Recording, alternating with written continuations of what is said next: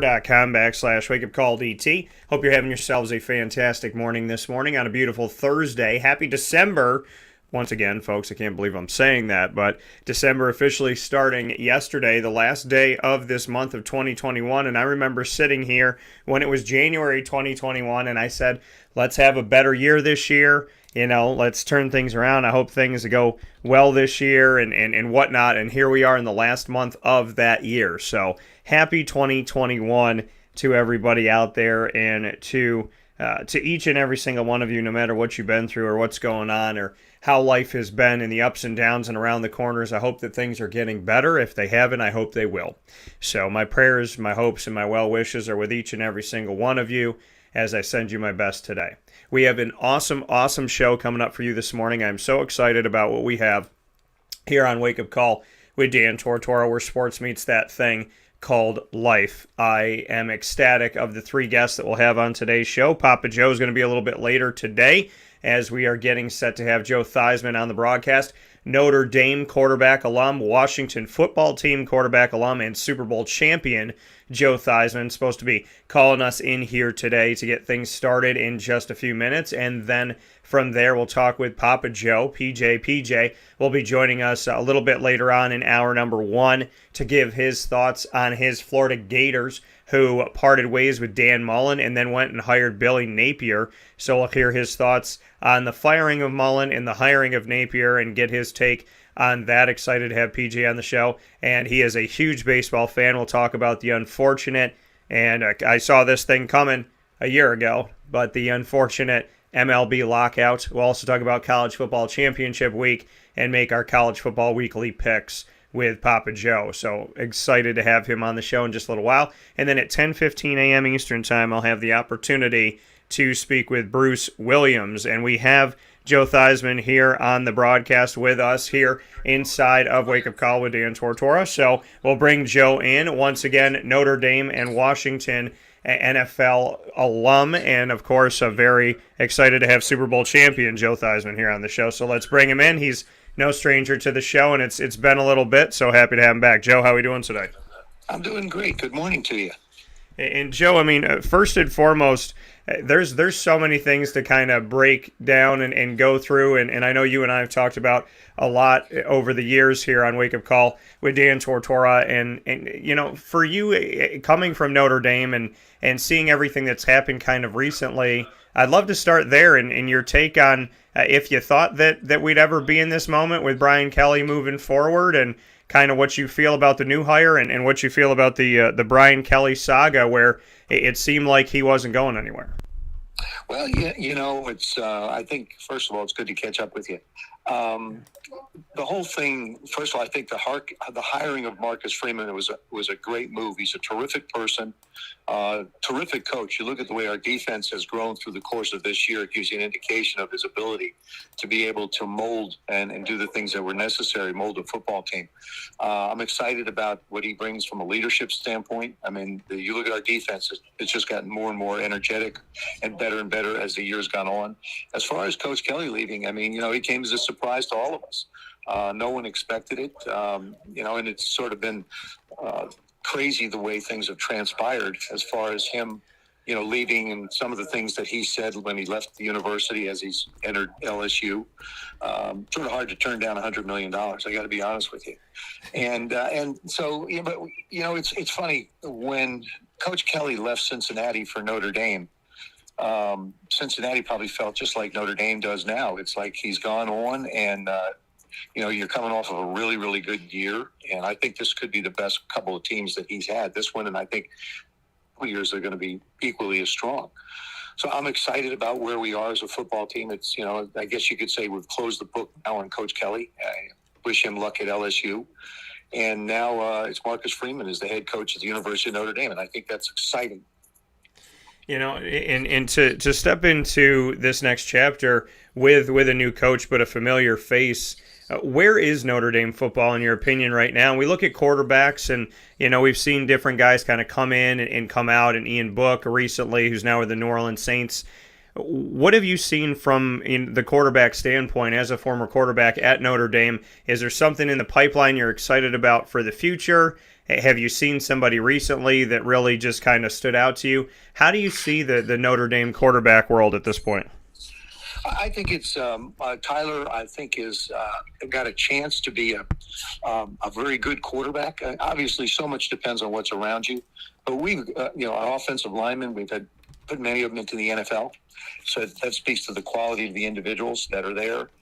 You look at the way this football team, like I say, has grown. I thought Jack did a terrific job coming in this year and playing. I think the foundation is there.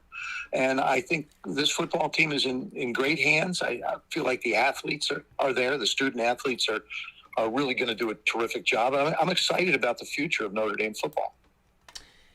The Independents, speaking here with Joe Theismann, last year, in a very unique year with the pandemic, Notre Dame joined the ACC and was a part of one giant conference. There was no divisions. What did you think about that year? Did it make you comfortably uncomfortable to see like the independent but part of the ACC? Do you like that model? I mean, would you like to see them be in a conference and compete somewhere? I mean, they basically play almost enough ACC games every single year to be a part of the conference, but how do you see it when they've been independent forever, and then last year we got to see what they would look like if they weren't? Well, we joined the conference last year really to help the conference out. I mean, that's what people forget, is I prefer Notre Dame to be where they are as independent, but we do play, I think, half our games in the ACC. So we really are, I guess you could say, like part of the ACC. But I like Notre Dame as an independent. I like the fact that we can play Navy, and I like the fact that we have an opportunity. And people say, "Oh yeah, well Navy." Well, there was a stretch there for 3 years where Navy just beat Notre Dame, and you get a chance to play, I think, different high-profile games. You get a chance to play at the University of Southern California, which has been a great rivalry in football for many, many years. So I like our independent status. And I mean, you look at this weekend, Notre Dame sitting on the outside of the college football playoffs. Well, Baylor, I think, can give Oklahoma State everything they want. I'm not sure if Iowa can do anything with Michigan. I think Georgia and Alabama, somebody's coming out of that one. We're just probably going to make the playoffs no matter what. But if Alabama loses, it brings into question what goes on. And, of course, Cincinnati hasn't lit the world on fire when it comes to playing, and Houston's only had one loss. So if you look at this weekend, conceivably, Notre Dame could very well get into the playoffs if things fall right for them. And they're not playing. Now, if you were in a conference, you'd probably be in a conference championship and then wondering what's going on. So now you're sort of sitting on the sidelines waiting for the smoke to clear and see what's going to happen. But I like the fact that Notre Dame has remained an independent. Speaking here with Joe Theismann on Wake Up Call with Dan Tortora inside of the Cafe Kubal studios. We'll get back to sports in a second, Joe, but like you said, it's been a while, and it's good to be with you. How are you? How's the family? How have these last 19 months been for you? As I know we've all been tried in some way, shape, or form. So beyond anything that we could talk about sports-wise, the most important thing is how you're all doing. So how are you? Thank you, Dan. Thanks so much for asking. Things are terrific. We've added a few more little ones to the family, and as far as grandkids go and grandnieces, so our family continues to grow. Like everybody else, you go through these last 19 months and, you scratch your head and figure out where are you going with your life? What are the things that are going to affect you going forward in your life? And it was, I think, more of a time for reflection for all of us, whether it be in our business or our personal lives, to be able to step back and say, what is the direction that I'm going to go in? And as a family, what are the directions that we're going to go in? That's been the biggest thing. I don't necessarily look at what has happened as great change as much as I do great opportunity to be able to expand as a person. And I love that you see that, because that's what I've spent the last almost 2 years doing. I always tell people healthy mind, healthy body, healthy body, healthy mind. And right at the beginning of the pandemic, I started walking. I started, doing more things for myself, taking more time and trying to find more peace. Like you said, looking at this as an opportunity, how have you grown as a person during these last 2 years, and how have you tried to use it as an opportunity? Before the pandemic came, I think we all had a way of life that we were living. I do a lot of traveling. I did a lot of speeches. They got cut back tremendously. Now I do some virtual. I'm back on the road again. People are opening up. I believe we are social animals, and we do want to be around other people. And that's evidence of the fact that now there's invitations to go out and speak to different groups. But it gave me a chance to, I guess, step away from the crazy, hectic life that I had created for myself. And it becomes a snowball. I mean, you get going. And I contend this. Had the pandemic not occurred for just about everybody, we'd still be doing the same thing we were doing. I'd still be running crazy, flying around the country, doing different things. The pandemic just sort of slammed my feet to the ground and said, take a breath. Yeah. And I think it's given all of us a chance to take a step back and say, okay, what do I want? Do I need to go at this hectic, crazy pace? In a way, it's like you did it. You started walking. It's a lifestyle change is what it really was. I mean, it forced us to change our lifestyle. I think it forced us to look at the priorities in our lives possibly different than they were before, which I see as a very positive thing. Now I feel for the young. I really feel for the kids, to be honest with you, that have to learn virtually through schooling, because I believe that part of the process of education is interaction with others. And we have kids that are in school. The kids that have graduated during the pandemic, they didn't enjoy the walk. They didn't enjoy the opportunity to physically receive their diplomas. And we can't ever get those back. Those moments will never come back for a lot of young people. And for them, I feel, but hopefully they will find other ways to be able to achieve things in their lives. Yeah, and I did exactly what you did, and I applaud and I appreciate what you said this morning of, I would have been doing the same thing. I would have been running ragged. I would have been, driving myself nuts, driving myself into, probably getting sick and not feeling great because you just go. And you have that mindset. I know you're out there, you're doing good things, you're helping people, you want to say yes, you want to do everything that you can, but it causes you to stop and it causes you to take some time. And you just talked about having some new faces in the family here. And, I think what it should have done for all of us is help us to appreciate our blessings and the, everyday ability to wake up. And so congratulations on adding to the family. And, I'm sure that maybe doing one less talk and taking one less flight, but spending a little more time with the little ones has probably done a lot for you. It has. I mean, it really has. Like I said, sometimes we get caught into this world with it almost like we have blinders on. All we see is what's out in front of us and how quickly we can go grab this or go grab that or go do this or go do that. Now it's sit down and pick up a book. By the way, there's a great book out there called How to Be a Champion Every Day by Joe Theismann. So if you're getting around the Christmas time, it's a terrific opportunity to get somebody a nice present where you can sit down and read a little bit. So for me, it's been a time of reflection, I guess you could say. And I think it's been, in some instances, good for a lot of people, and it's been a challenge for others. And I can appreciate that. And How to Be a Champion Everyday book is available, and it's out there on Amazon.com. I'm looking at it right now here in the studios. Joe, to speak on how to be a champion, let's jump back into college football. You talked about Notre Dame, and they're obviously not playing a conference championship game. They're kind of sitting, waiting, and watching. The college football playoff expansion, yes or no? You for it or against it? I mean, we've talked about 12 and the notion of 12, and then Oklahoma and Texas blew up the world, and now we're kind of talking about it again. Is it time to expand, and is that the most fair way to do it? I think we could probably add a couple of teams. I don't think it goes to 12. I mean, then all of a sudden you're going to run the season. You're going to run your college season into 13, 14 games. And to me, that's too much. There still is the academic side that people lose sight of. Forget the term student athlete should apply. It doesn't always in a lot of places. It's more athlete, and then we'll take care of you. And I'm not saying anything against anybody, but that's just the way it is. That's just a fact of the way things are sometimes. I think that if we went to 6, you'd probably be able to cover pretty much all the best teams in the country.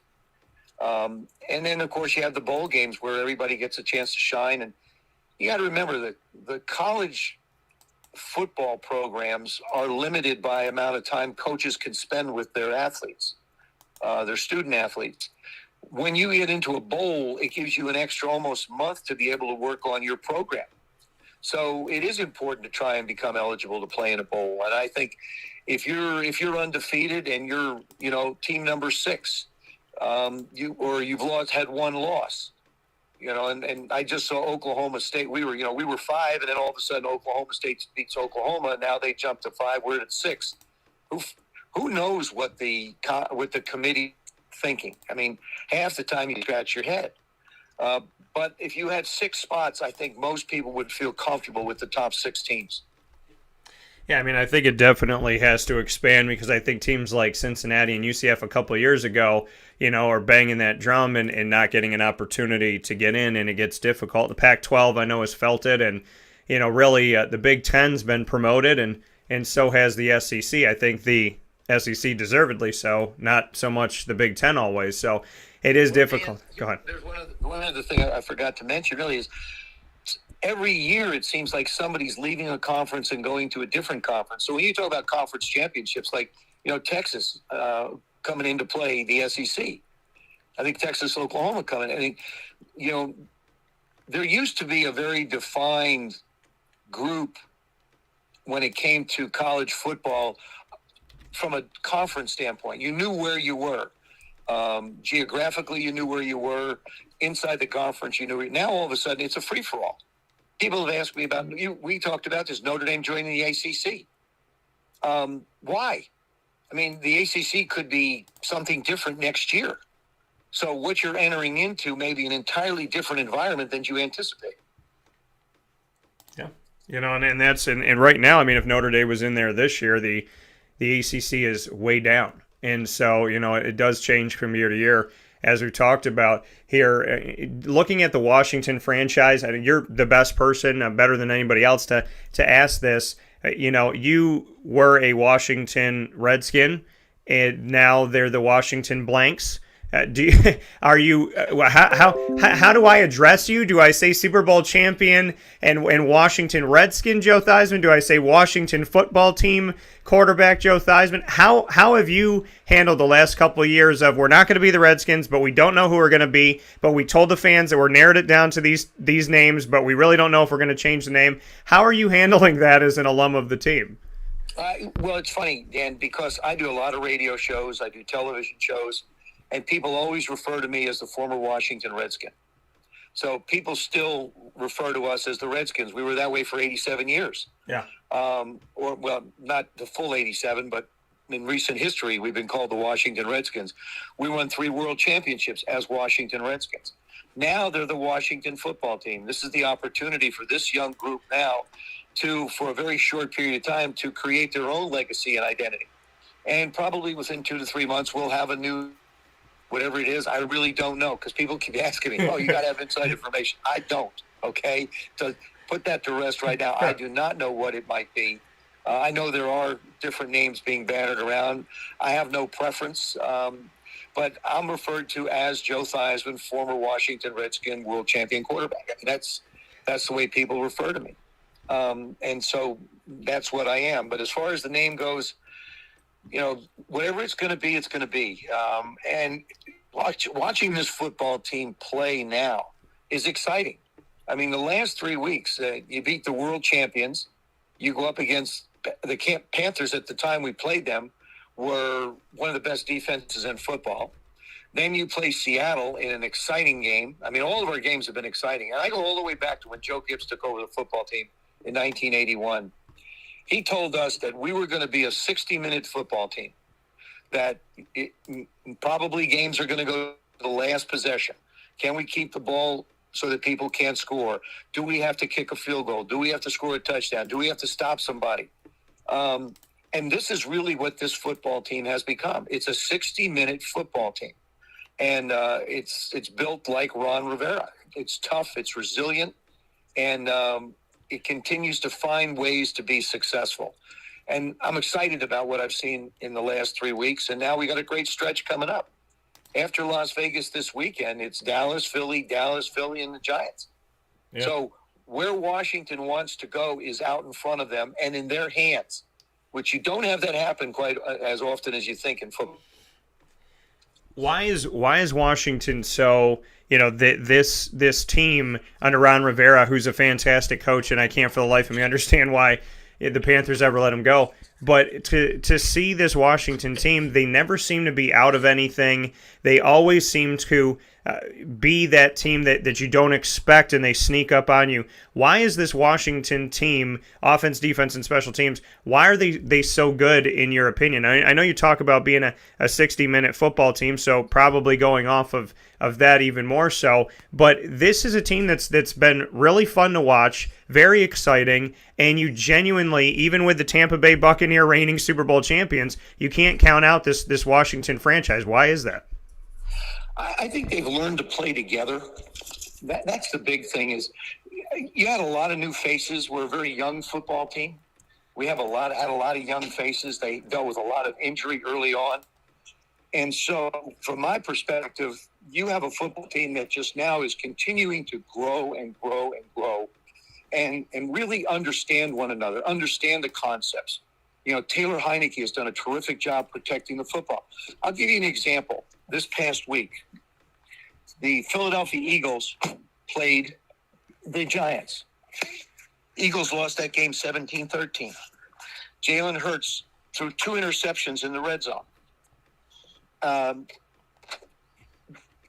Not taking care of the football allows somebody else the opportunity to be able to beat you. Taylor Heineke, early on, was really trying to understand and learn Scott Turner's offense. Now he seems to have a much better grasp of it. He's not making those critical errors that he made before. And as you look at this football team, you say to yourself, what's the difference? The difference is they're not making the mistakes they made, and in particular at the quarterback position. So, from my perspective, it's a football team that is learning how to win, and, winning builds momentum. You get excited. You win a game, you win another game. Then all of a sudden you start believing you can win any game. And I think that's where they're getting to. That coming from Joe Theismann, Washington Redskin quarterback, alum, and Super Bowl champion, of course, Notre Dame. Joe, in closing here, we've talked about it before. We've looked around the league at the quarterbacks of the NFL. You and I have broken a lot of things down. We spoke about Cam Newton, who's now, ironically, all these years later that you and I are talking again on the show, is back with the Panthers. When we look at the elite quarterbacks of the NFL, who are we looking at right now, in your opinion? And kind of a side note here, did Ben Roethlisberger wait too long to say goodbye? It's hard to say goodbye. I wasn't given that opportunity, Dan. I was ushered out on a stretcher. I wasn't given a chance to say thank you and sort of play my way out of this league. I think Ben may have taken it a year longer, but you've heard me say this time and time again. The quarterback is the single most dependent player on the field. Yeah. And if you don't have the team around you, it's very difficult to function. I don't care how good you are. Today happens to be Aaron Rodgers' 38th birthday. How much longer does AR want to continue to? I'm sure after this year, somebody's going to give him a 3-year contract for some ridiculous amount of money. And he deserves it. And he earned it because he's that good. But, you saw Drew Brees step away. Tom probably will play next year. I would be surprised if he is not going to play next year. So, you have the elites. I love Kyler Murray, what he's doing out in Arizona. Patrick Mahomes is certainly one of the young stars of our game, exciting young star. And then, you have the wily veterans. Like I say, you've got, Ben is, I think, in a situation in Pittsburgh where the football team just isn't what it was around him. And if you look at Washington's success, just as an example, their ability to be able to run the football over the last 3 weeks has really made a difference in what they're able to do as a football team. Against Seattle, they controlled the ball for 40-plus minutes. It's hard to score when you only got the ball for 20 minutes or less. Yeah. And so, to me, Kyler's exciting. Obviously, Patrick is another one. You love what Justin Herbert's doing out in Seattle. They're just really a exciting young bunch of guys. And then you give the guys like a Justin Fields and a Zach Wilson, you give them a chance to grow into the game and learn about the game of football. These guys were very, very productive and very visible when it came to playing at the collegiate level. Now, all of a sudden, you come and play with the big boys, and it's a different story. That coming from a man who knows, Mr. Joe Theismann. Joe, as always, I appreciate your time. I appreciate everything you bring to the broadcast, and I always want to ask you a ton of different things because I like your expertise, and I like the fact that you're very candid with your answers. So, more than anything else, I think the final note here on our conversation is, as we step into this holiday season and we're fully a part of it, what are you most thankful for? I'm most thankful, first of all, for our health, because it doesn't matter how much money you have in a bank. If you have your health, you have wealth, in my opinion. And then secondly, it's the relationships that I've been able to develop with so many people like you and guys that I call friends that I've known over the years and had a chance to have conversations with. And I'm thankful, obviously, for the fact that, I have a wonderful family. Well, Joe, it means the world to me that, somebody who I believe is larger than life and has done so many things and accomplished so many things in so many different areas of life that I can call a friend. I still remember standing on the sideline with the Florida Tuskers and, texting you how the game was going and keeping in touch. It's it's been over a decade, Joe, that you and I have had a friendship, and I am so grateful. And I do want to make a note and say thank you for this again, and let people know, because some people think that, like you said, when you make that money, when you have that popularity and you're in the spotlight, that you forget who you are. I had a friend whose brother was going through cancer treatment, and they said to me, "Hey, would you reach out to some people maybe reach out to Joe?" And I sent a message to you and said, "Hey, maybe send a picture or a football."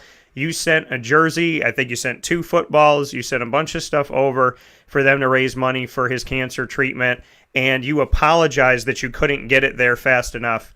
I think it says a lot about who you are as a human being that you do things like that, and that you apologize that you couldn't get it there in a day. So I think people need to understand there's a lot of athletes out there.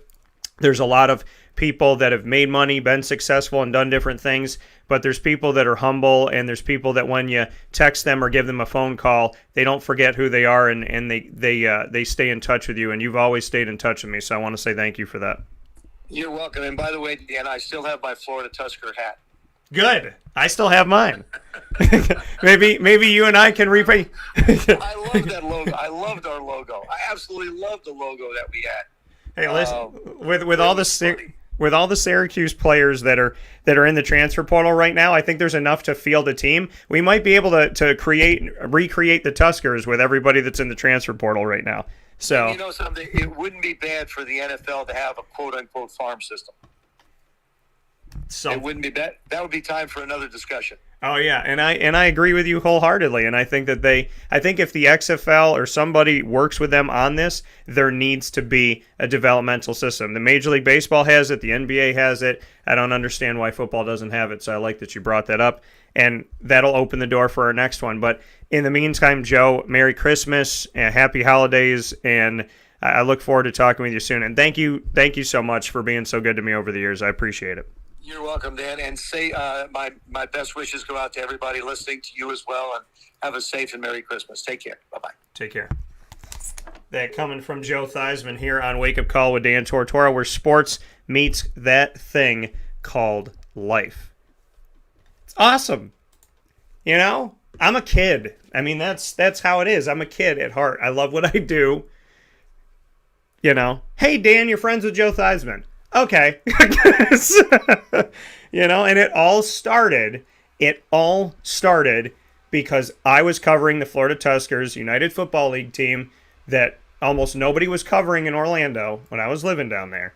And I started covering them, and then Joe came down, and he was working on, being part owner, being a part of it and whatnot. And we met through that, through the Florida Tuskers, through a team that was in the United Football League, through a team that people weren't paying attention to. I met Doug Flutie, John Gruden, Jay Gruden, Joe Theismann, Brooks Bollinger, Avion Kaysen, and the list goes on and on and on and on and on. Dominique Rhodes. You know, there's multiple Super Bowl champions that were on this United Football League team or a part of this United Football League team. And so, you know, it just goes to show you that in every nook and cranny of life, everybody matters. And you never know what you're going to get. You really, truly never know what's going to come out of an opportunity. So it's important to treat everyone with respect and understand that everybody has humble beginnings, and the best of us stay humble. So thank you to Joe for being a part of the show. Means the world to me.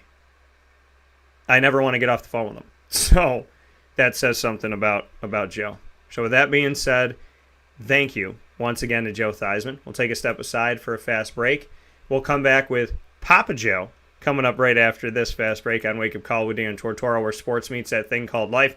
PJ and I got a lot to unpack this morning. It's going to be fun, so you better just get all comfy in the seat you're in, whether you're in the car, in the office, or, I don't know, riding a bike at the gym. It's time for us to talk MLB Lockout, College Football Playoff or College Football Championship Week, College Football Weekly Picks, Mullen out and Napier in at Florida, and more. All coming up with PJ right after this fast break where sports meets that thing called life. Thank you to Greg. I appreciate your kind words. Developmental League is called NCAA Division I Football or the SEC.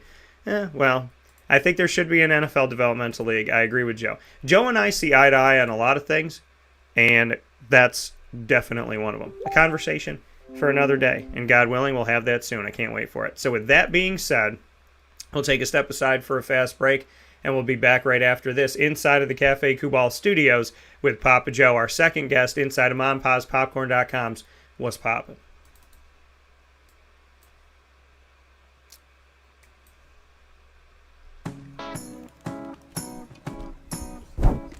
In these unique times, there are those in our community that give us a sense of normalcy and positivity. Pizza Man on 50 Oswego Street in Baldwinsville has been here for you for over 35 years and is here now. Call 315-638-1234 or order online at pizzamanbville.com to bring those familiar tastes into your home. And remember to come see our monthly on-site broadcasts centered around the community and our Baldwinsville Bees. Pizza Man in Baldwinsville. Any way you slice it, they are always here for you.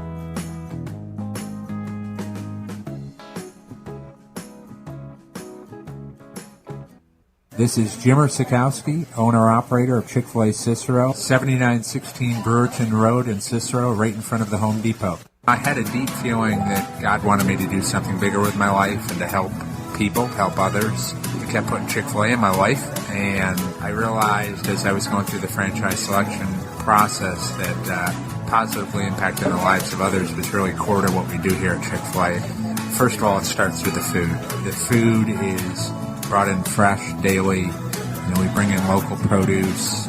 We prepare to order in the kitchen. We hand bread our chicken. We hand spin our milkshakes. It's great food. It doesn't taste like fast food. I think the second thing is the way people feel when they come in a Chick-fil-A restaurant. It's different. We try to treat people with intentional kindness here, which is very different and deeper than good customer service. And so I think it feels remarkable for most people to come in a Chick-fil-A restaurant. And then lastly, the impact that we try to have in the community is very different. It's a big part of the expectation of every operator of a Chick-fil-A restaurant is that they're actively engaged in their community, they're a leader in the community, and they're making a difference. When they realize that what we're striving to do is to shine a little light in their life, that's a very, very different experience than you will have in any other quick service restaurant. And it's that remarkable experience that I think people will emotionally connect with.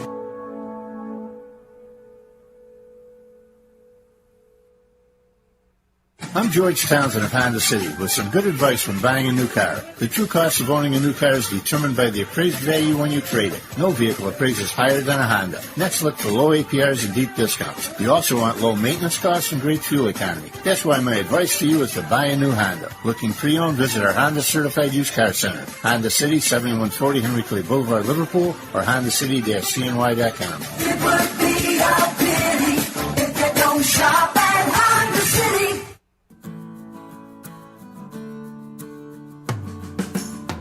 corporate purpose at Chick-fil-A is to glorify God by being faithful stewards of all that's entrusted to us and to positively influence all those who come in contact with Chick-fil-A. And what became increasingly clear from our success in Cicero is that people love Chick-fil-A. And also, I think we recognized that, we had a great opportunity to grow the brand and grow our platform. I felt incredibly grateful when I was selected to be a Chick-fil-A operator. I think what it's meant for me, what I've come to realize on a very deep level is that this is a calling for me. It's not a career. It's not a job. The Lord called me to be a Chick-fil-A operator and to use these restaurants to glorify Him and to positively influence other people. I'm blessed. I'm very blessed. Head to Chick-fil-A Clay on 3974 State Route 31 in Liverpool, New York.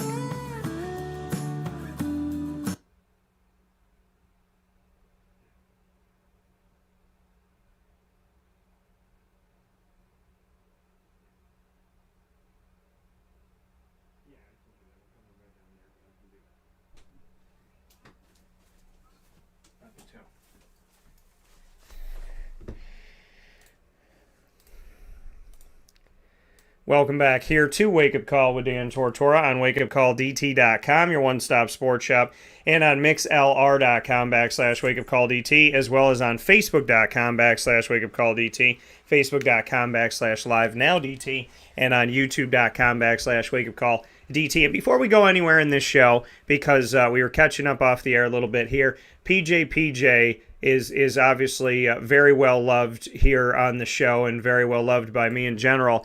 But I want to shout out Mary T. and let her know, in case she didn't hear it here as we were coming back from break, that I love her very much too. So I have a fantastic family, great people, and PJ, and Mary are the ones that they changed the game for me a few years ago, and I can never thank them enough. And stronger and just good all the way around. So when you're surrounded by great people and I'm spoiled with Mary and Joe, then you know that you're in a good place, and Joey as well. So life is good. I love them, and I have to give them a shameless plug this morning. So PJ, how are you?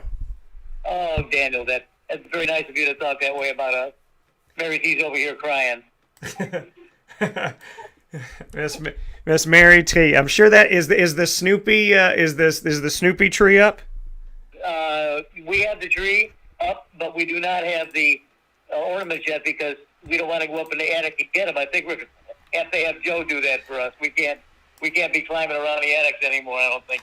Listen, give me an excuse to come down to 75-degree weather. I'll go in the attic for you today. You want me to come down? It's about 40 degrees colder up here, but it's it's funny. It kind of just snuck up on me out of nowhere. I looked at the forecast, and I was like, oh, what's going to happen after Thanksgiving? And it was 43, 38, 38, 39, 38, 43. I'm like, okay, well, I guess we're here now. So, it's we made it to the cold, I guess. But PJ, we got a lot of stuff to unpack, a lot of things to get into. Very excited. Appreciate your patience today as another Joe Theismann joined us this morning here. And so we got Papa Joe here, typically 9 a.m. to 10 a.m. Eastern Time. He's joining us a little bit later here this morning with Joe Theismann coming on to start off the show, and Bruce Williams coming up in just a little bit of CBA Brothers Football. So, PJ, a lot of stuff to get into. Unfortunately, the first topic is a topic I did not want to have to talk about. I did not want to have to say that this was a reality, albeit the fact that you and I kind of prognosticated this. And when they were trying to figure out a season and fighting with each other of, are we prorating this and how are we doing this, and fighting with contracts and what are we going to do, and we don't want to shorten the season, but if we shorten the season, we want to get paid the same amount of money. We saw it play out and spill out onto social media. There were the Players Association for Major League Baseball was saying things publicly about Major League Baseball. There's a lot of things going on, and I told you, if this is any sign of the times to come, this looks like it's going to be ugly. If they can't agree now, and they're fighting with each other publicly now, I can only imagine what life will look like when there's a potential lockout opportunity. And the owners this week locked out the players, and we are now in that exact same thing that we were hoping wouldn't happen, but we were fully anticipating that it would. You and I saw this coming over the horizon, and unfortunately this morning I have to ask you about your thoughts of the Major League Baseball lockout. Well, it's exasperating for sure. They had plenty of opportunity to try to make a deal. I don't know what the players are at. I do know what the players are asking for, and I know the position that the management is in. But, you know, when you're dealing with billions and billions and billions of dollars, it stands to reason that you could sit down and figure this thing out. Yeah. But I think there's more to it than that. I think there's more to it that there's some language and phrases in the contract that the players want with respect to the length of a service of a player being in the minor leagues and coming up to the major league. It's all pretty. It's extremely difficult to reason out. I mean, I don't know how they're going to start, but I know that they're now locked out for sure. That means all the flurry of the free agent signings we saw and heard about the last couple of days, that stops. The players won't be able to talk to anyone on management and or the team. The players cannot report to any spring training or anything. Nothing. Everything stands still right now. So when you're dealing with something like this, you got to sit down and figure out what's the best for both sides. There's always a meeting place. There's a person that I admired for years when I was in the racing industry. He says, you have to say, is what's right, not what's right or what's wrong, but what's doable. You sit down and you figure out, is this doable, is that doable? You don't kill each other. You don't slash each other. You don't say, listen, we're not going to play if we don't have $1 million a year. Come on, that's ridiculous. So you got to sit down and you got to figure it out. Now, there's going to be some language in the contract that's going to be very difficult for management to get used to if there's a case in point here. I think that the union with Tony Clark are going to make a strong case. But what kind of strength can you show when your average player makes $3.9 million and you're playing the best game in the world on television that has contracts for all over the TV situations in various parts of the country? The owners are getting a ton of money from revenue from the closed caption or the closed circuit television.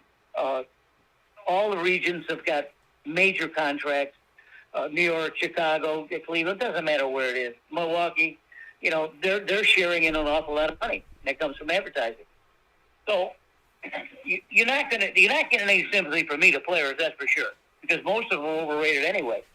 Just to give you an example, the management gets themselves in this situation because they come up with these outrageous, ludicrous contracts.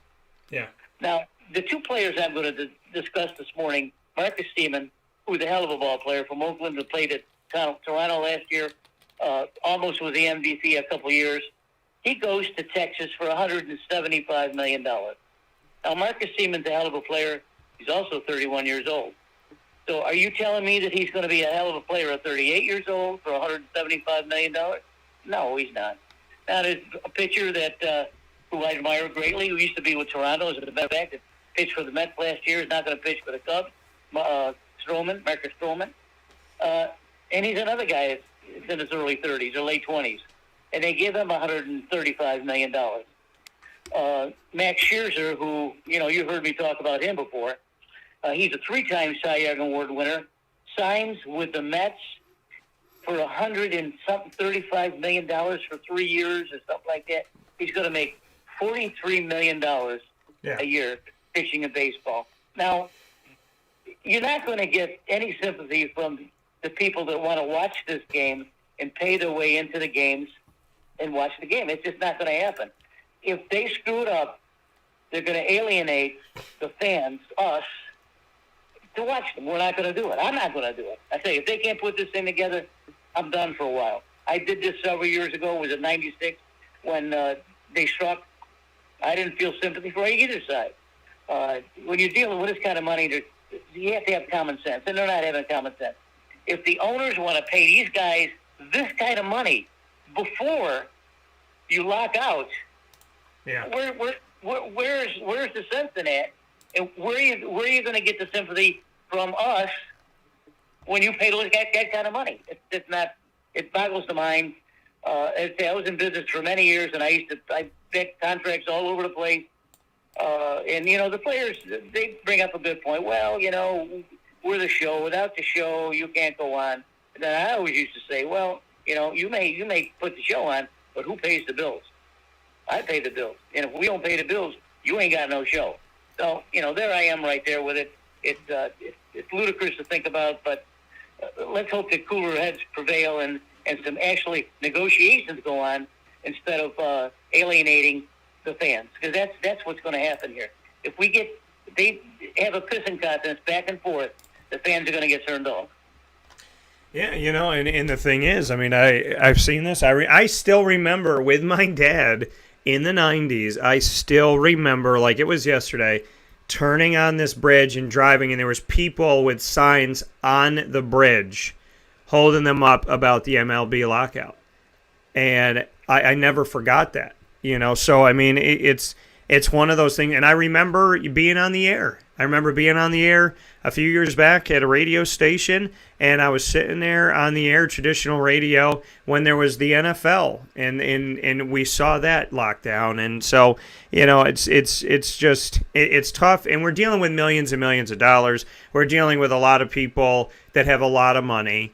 And, and like you said, I mean, fans get sick of it because we turn around and we say, okay, it costs us $100 to sit in a nosebleed seat, and these guys are fighting over how much million do I get for this, and do I get $500,000 for that, and if I turn around and I burp to the left, do I get $6 million, but if I burp to the right, do I get $7? I mean, Major League Baseball makes so much money and has so much money and spends so much money that it's just, and the thing that I find so ironic, and you were talking about it, is the fact that here we are talking about a lockout and they can't figure things out, yet right before the lockout, we were seeing astronomical contracts continue to be given. I mean, like all the way up until the owners locked out the players, we were literally seeing players make insane buku bucks over here. And I mean, it's like literally all the way up until the deadline of what are we going to do, these players are making astronomical money. So, I mean, the money is there. It's all there during the lockout when the owners were saying, we don't have any money, we can't pay anybody, and they're giving almost $400 million contracts. I mean, it's just insane. And I think that, the average fan is just going to get sick of it. They want to see baseball, and they don't really care that a bunch of rich people are fighting over how rich they're going to be. So, I mean, things have to work out, and I know that not every player is rich. I know that not every, system, or not every team is able to give what maybe another team can give. I understand that that's going on.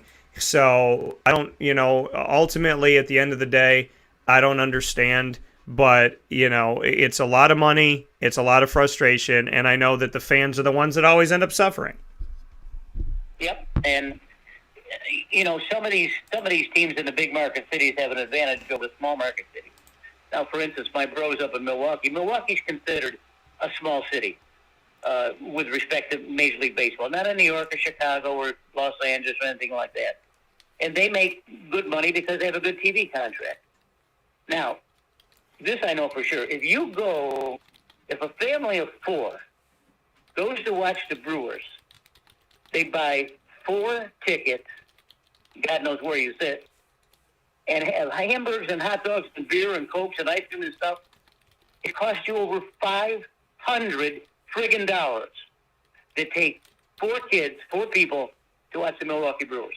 Now, God knows what it is in New York City. They probably want $20 a beer for New York City. Yeah. So the owners are making money all over the place. They take advantage of the fans when they're there.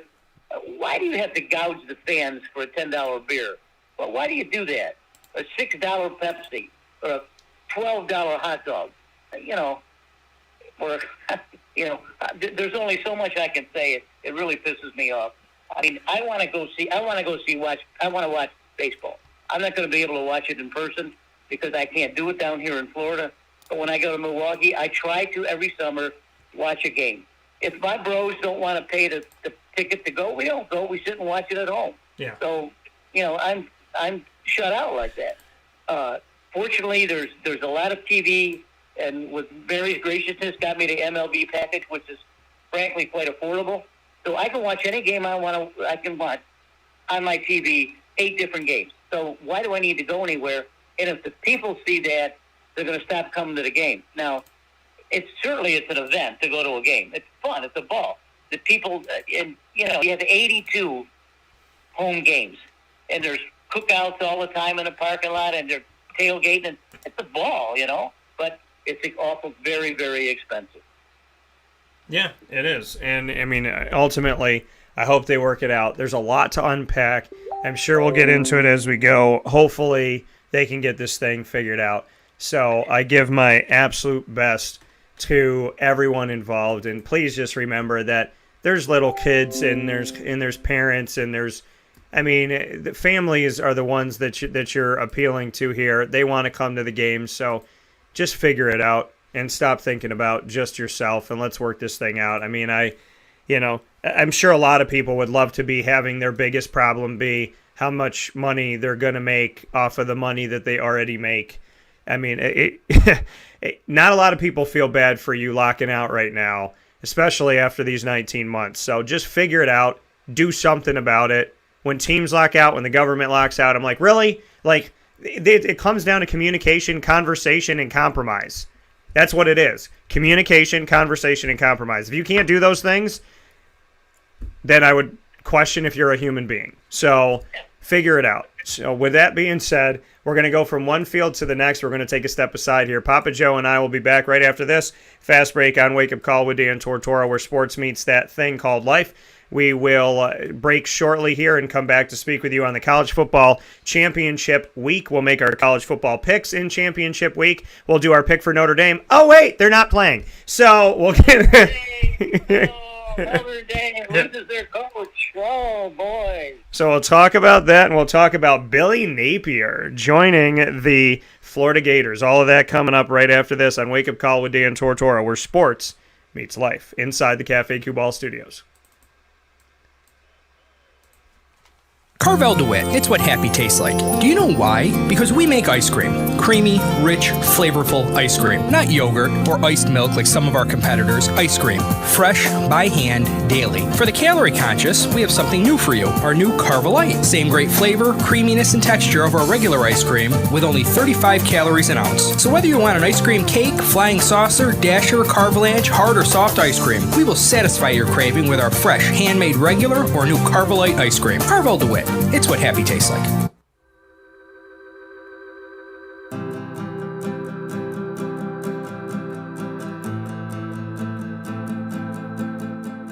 Cafe Cubal offers same-day local delivery of our products, offering no delivery charge for Onondaga County. Shop cafecubal.com for fresh roasted coffee beans, cold brew, travel mugs, and all your essential Cafe Cubal needs. Cafe Cubal, coffee for the soul.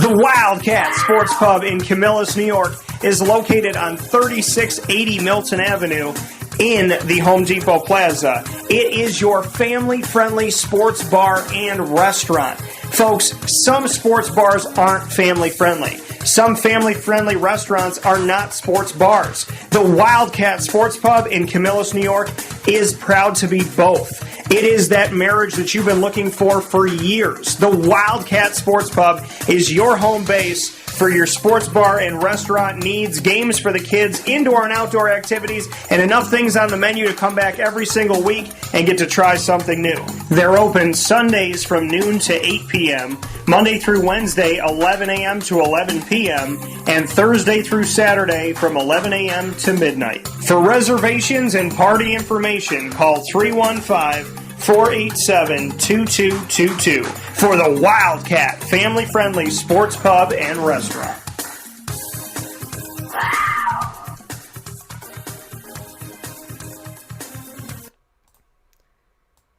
Welcome back here to Wake Up Call with Dan Tortora on WakeUpCallDT.com, your one-stop sports shop, and on MixLR.com/WakeUpCallDT. Appreciate you being here with us every Monday through Friday from 9 a.m. to 11 a.m. Eastern time. We've had some fantastic guests inside the Cafe Kubal studios today, and I'm very honored and privileged to have inside of the Cafe Kubal studios right now Mr. Papa Joe. We're going from one field to the next, from baseball to football, PJ. We're in college football championship week, but before we go there, let's make a note here. Brian Kelly and Notre Dame, I just spoke with Joe Theismann about it, who's a Notre Dame quarterback alum, about the fact that we have a Notre Dame situation where a familiar face is stepping up and taking over the job. So my question to you, are you surprised that Brian Kelly left? And what do you think about him at LSU? I think Brian Kelly has always been behind the eight ball up there because they don't play in a league. And if you're Notre Dame and you lose one or two games, potentially you're out of the playoffs, period. If you were in a league situation where he had a chance to play for a championship, maybe it would change. But he wasn't happy up there, I don't think, his last several years. He did a hell of a job with, I would say, good players, not great players, but good players, marginal players. Why you want to go to LSU? I have no idea. I mean, this guy, all Brian Kelly's done is coach in the Midwest, Indiana, Ohio, Pennsylvania. That's been his life. He doesn't even recruit in the South. I mean, occasionally he recruits in the South. Now he goes to the Deep South in the toughest conference in the world, and he's got to out hustle Nick Saban and the boys and Jimbo. Boy, that's a big job. Even if he does a good job recruiting, even though LSU I think is 6th or 7th right now in recruiting class, he's got a big job ahead of him. He's got to get. I'll tell you, he'll learn awful quick about the speed of this game because LSU plays real fast, and you will hear me say that thousands of times. Where yes, he plays faster than the regular guys, including Notre Dame. So I think maybe for a couple of years he's been thinking about a move, and when this popped up, he puts his name in the hat in the ring, and they give him $9.5 million for 10 years. Oh my goodness. Well, good luck, Brian. Good luck. Yep. $95 million contract, 10 years, $9.5 million a year.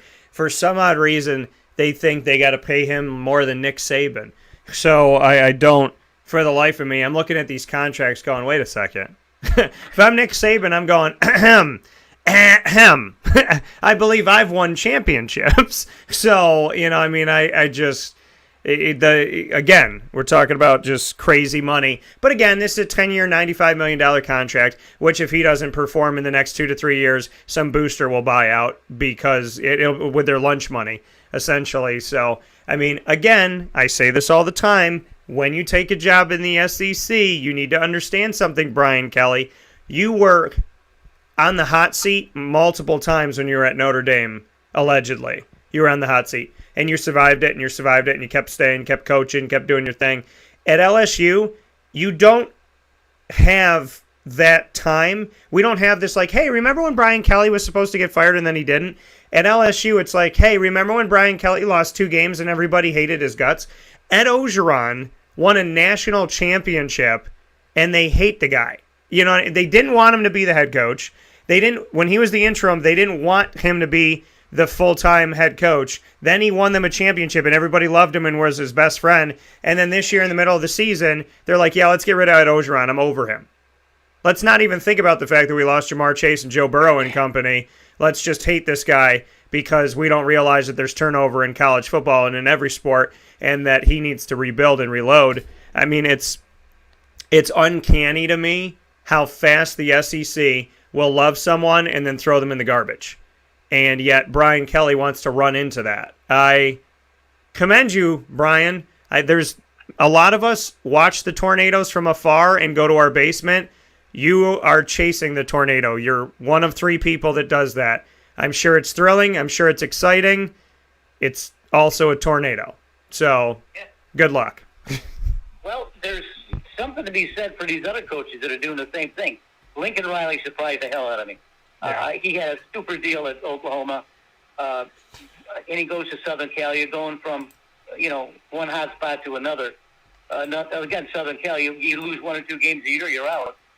I think what's happened here in the college football is the alignment of the of the leagues. I think that Lincoln Riley wants no part of Oklahoma going to the SEC. Yeah. And Texas the same way. You don't go to the best conference unless you have one of the best teams. So Lincoln Riley doesn't think he can win there. So what does he do? He goes into the other part of the country. Yeah. So now Brian Kelly is stuck with it. Said, okay, where is Oklahoma? Where is Oklahoma going to fit in the SEC? Where is Texas going to fit? What division are they going to be in? Boy, he better have this stuff figured out before he straps it up. Well, and you brought up a great point. Why not go to the Pac-12? They're irrelevant. They don't have a leader. They don't have a team that people are saying perennially every single year is their Oklahoma or their Ohio State or their Alabama or their Clemson. They don't have that. So why not go to the Pac-12? Why not go to a conference where you can win? They haven't had a relevant person drafted since like Matt Leinart. So, USC right now is Lincoln Riley can build for a couple of years, and whatever he does, as long as it's improving, is better because USC's fallen so far. So if he starts to build it back up, and maybe they don't win a ton of games, and maybe they don't have the best recruits, but he starts to build it back up a little bit, then people are going, oh, okay. He's in a conference that he can win. He's got a path, and if they expand the playoff, he's got a better path. Lincoln Riley made an extremely smart decision. Why am I going to go with Oklahoma to the SEC to at best be 8-4 and never make the college football playoff? I'm going to go to the Pac-12. I'm going to go out here where it's the wild, wild west, and literally anybody can win because nobody is relevant right now. He made a really good decision. He went to a conference that's wide open versus going into a conference that he's going to get gobbled up in. It makes perfect sense. That's true, and I'm also surprised that Cristobal over there in Oregon hasn't made a move yet. Although, he make a move by the time the show is over. But Oregon disappointed again this year. I thought they were going to be one of the relevant teams in the top four, but they're not going to make it. Now they got to be very fortunate to beat a good Utah team to get a decent bowl. So Lincoln Riley probably made a good move. Steve Sarkisian was at Texas. They let him go, then they bring someone else in. But you're right, Texas and Oklahoma going to the SEC, that's going to be very, very, very difficult to compete in that league if you don't have the right players. I'm not sure they have all the right players in the Oklahoma region. Yeah. Texas, they sure do, though. Texas and Alabama and Louisiana and Florida, that's Georgia, they have a ton of players, and you never really have to – Texas really shouldn't even have to recruit outside their state. They have enough players, but they have enough major universities that are trying to get into Texas too. So I like it. I like the situation that Lincoln Riley's in. I think he's probably going to be a little bit more comfortable over there, and they'll give him a couple of years to win. But if you don't win the championship at the third year, I think Lincoln, you'll be looking for a job again, just like Brian Kelly. Yeah, it's just it's a weird world. It is a weird, weird world.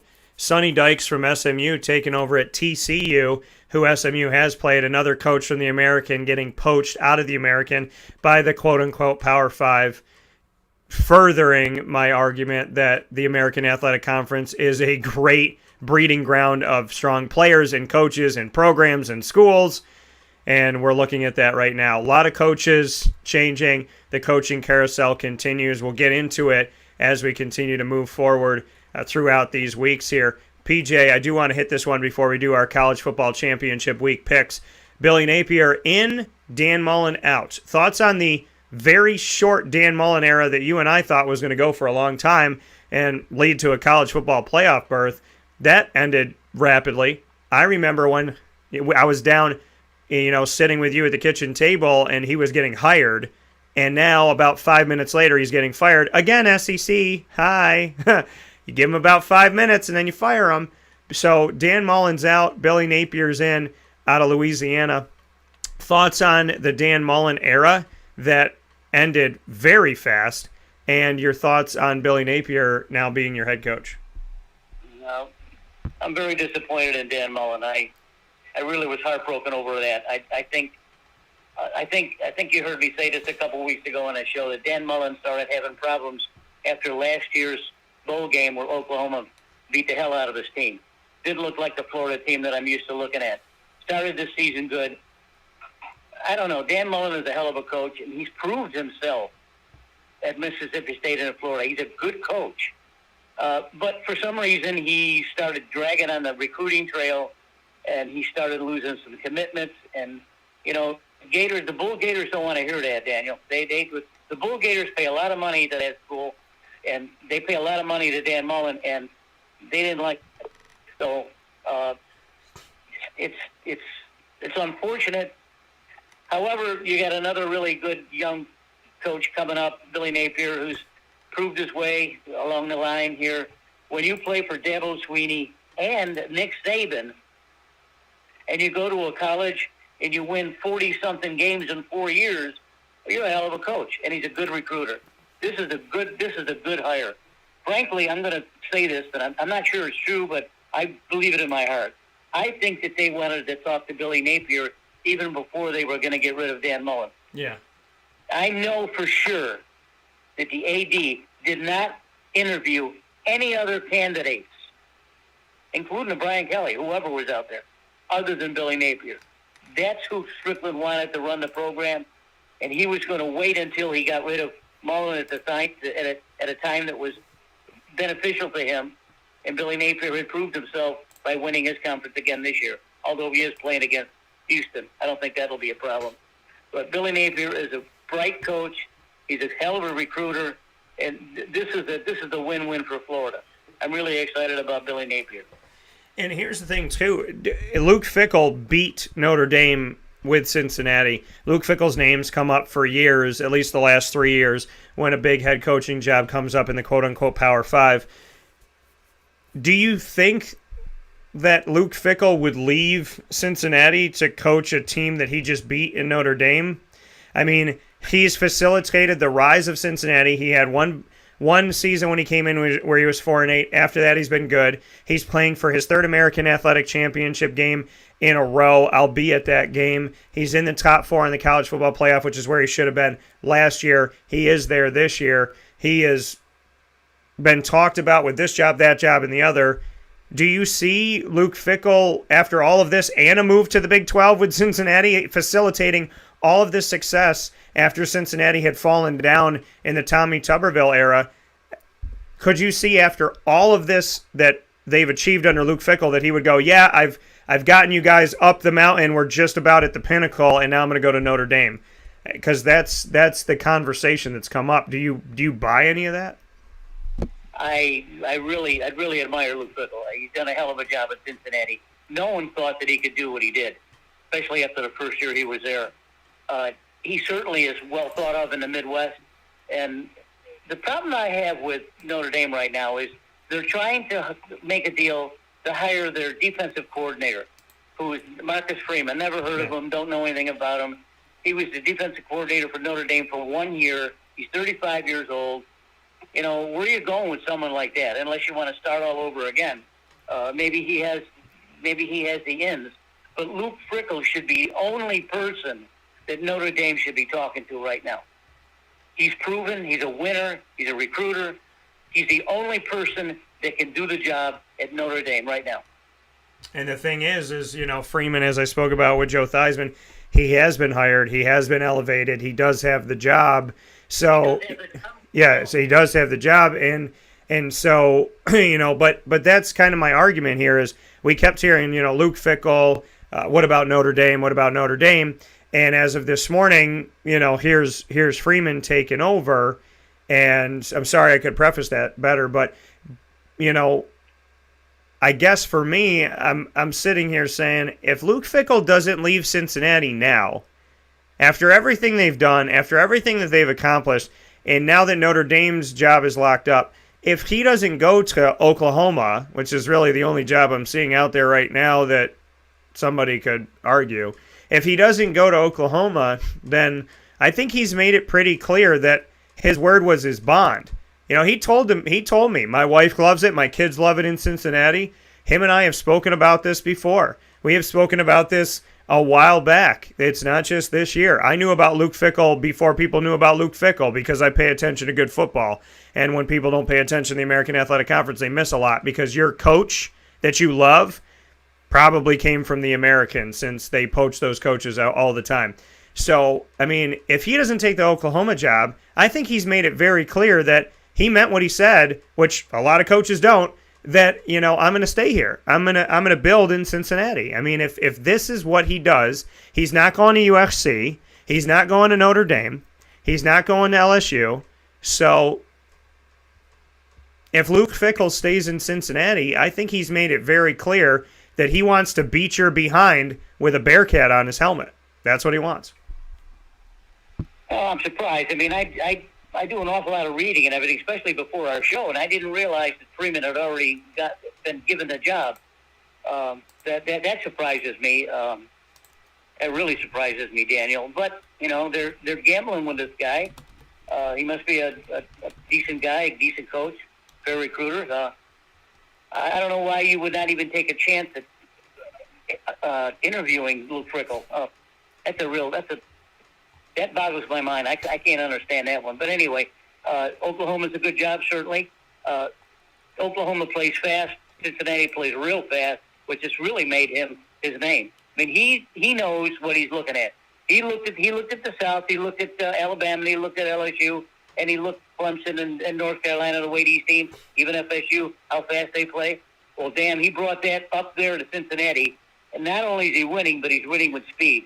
Lighter guys, faster guys, quicker guys. So I think he's got a good chance to. First of all, I think he'll win his championship, and I think if the bowl committee is fair, I think they will give Cincinnati a chance in the fourth. Now, this comes with a lot of caution. If Cincinnati makes the four, and doesn't do well against one of the power teams, then your conference is stuck again. So if Luke Fickell can't fix it now, the rest of the conference isn't going to fix it from here going forward. I mean, that's the thing. He's got to get there and he's got to win. And both things have to happen. I was at the game, the Chick-fil-A Peach Bowl, the first day of this year, January 1st, 2021, to end off last season. Georgia playing up against Cincinnati, and Cincinnati had them for the majority of the game and lost by a field goal at the end of the game. And I sat there and said to myself, nobody's going to remember how close this was. Nobody's going to remember how Cincinnati played. They're all just going to say, Georgia beat them. Look, the SEC won like they're supposed to because they're so much better than the American. They're not in our league, blah, blah, blah, blah, blah. When in actuality, Cincinnati commanded more than 75% of that game. So, Cincinnati's got to win. That's what it comes down to. And it'll count for the American because they're still in the American, which is a good thing. So, PJ and I, it's time for us to make our picks here for the college football championship week. I'm just going to go straight down the line here in alphabetical order. The ACC, Pittsburgh against Wake Forest. What do you got? This is going to be a good game. Pittsburgh has surprised me this year. It didn't surprise you. You called them first game against Tennessee. I still like Wake Forest because they come off a good win last week. I look for Wake Forest in this game.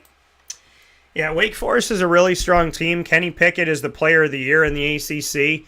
So, to me, this, honestly, Wake has a really good coach in Dave Clawson. Pitt has a really good coach in Pat Narduzzi. I like Pitt's quarterback better than Wake's. Wake has been able to sustain and move forward. So this is a really difficult matchup for me to pick.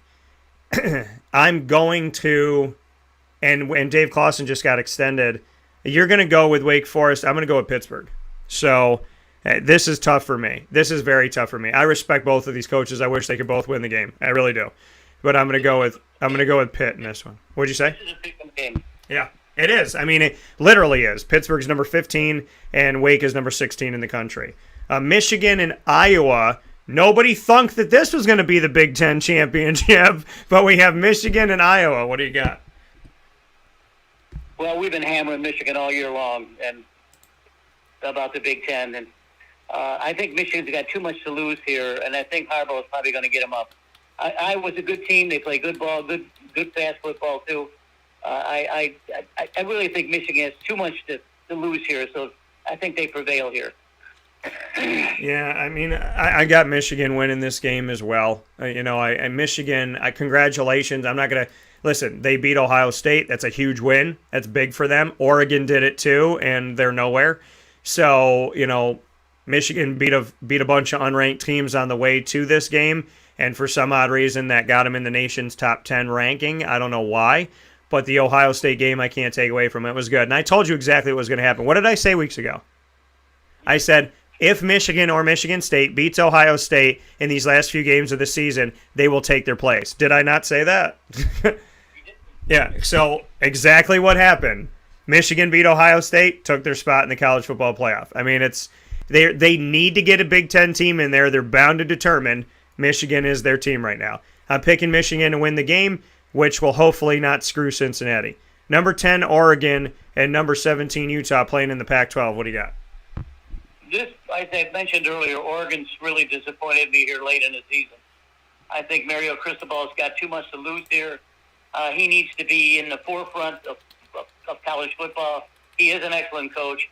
I think that he wins this game over a very good Utah team.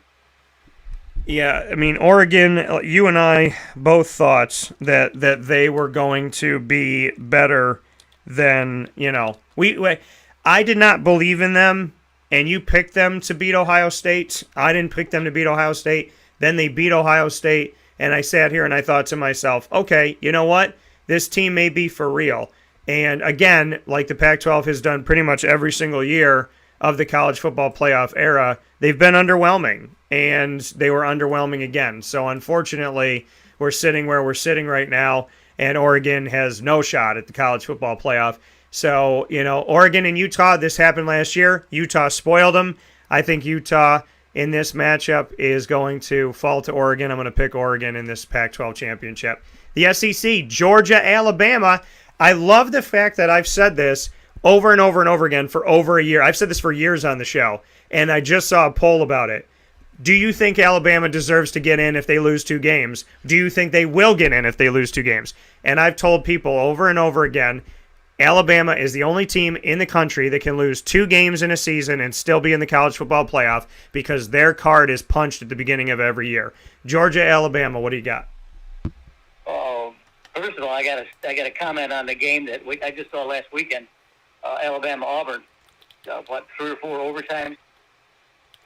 Boy, I thought Alabama was dead in the water. And this kid, Bryce Young, just put the team on his back. And he's not a very big guy, 6 foot, 180 pounds, something like that. Boy, can he move. He's got a hell of an arm. Somehow, he drove his team 98 yards in the last several minutes to tie the game. And then, of course, the momentum was with Alabama then, but then they hung on to win the game.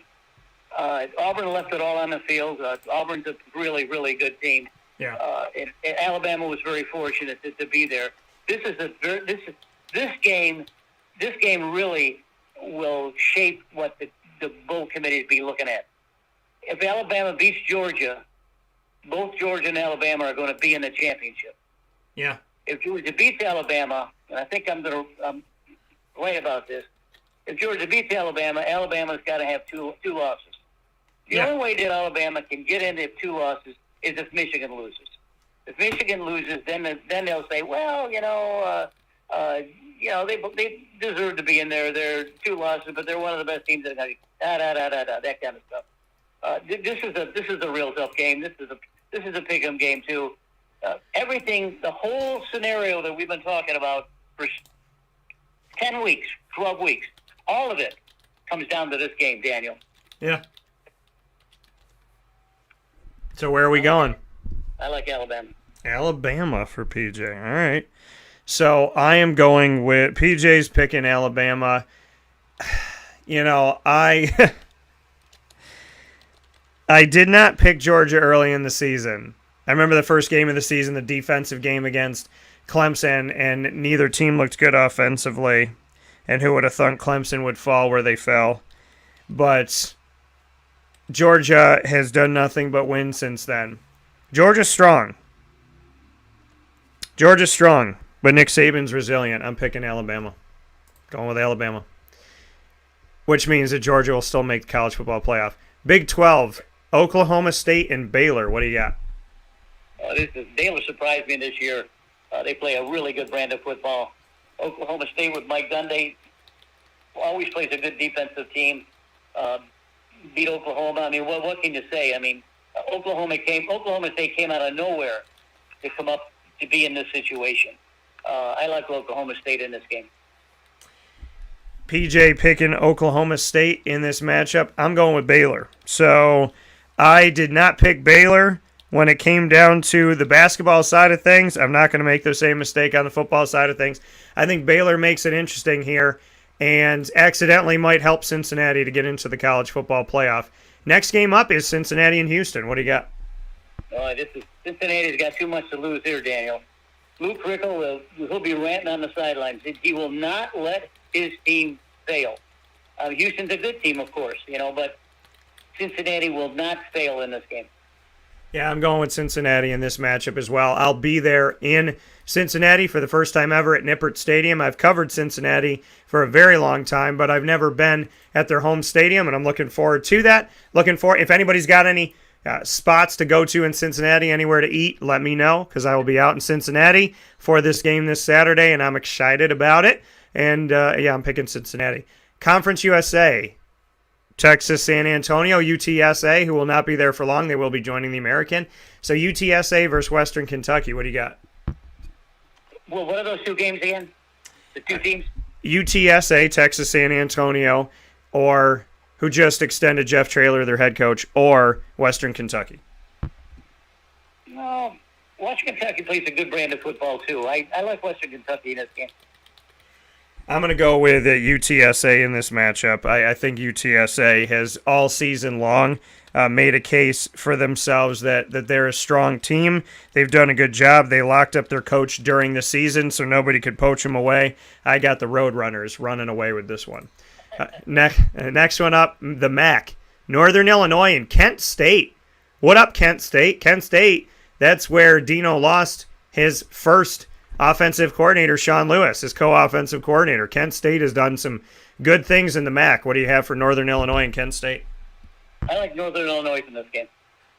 PJ going with Northern Illinois in the MAC. I will be going with Kent State in this one. So this is going to be fun in championship week, as we have we have a bunch of picks that are not the same. So PJ and I get to see who comes away with this one, because we have some clear opposite picks here this time around. Mountain West, San Diego State, and Utah State. What do you got?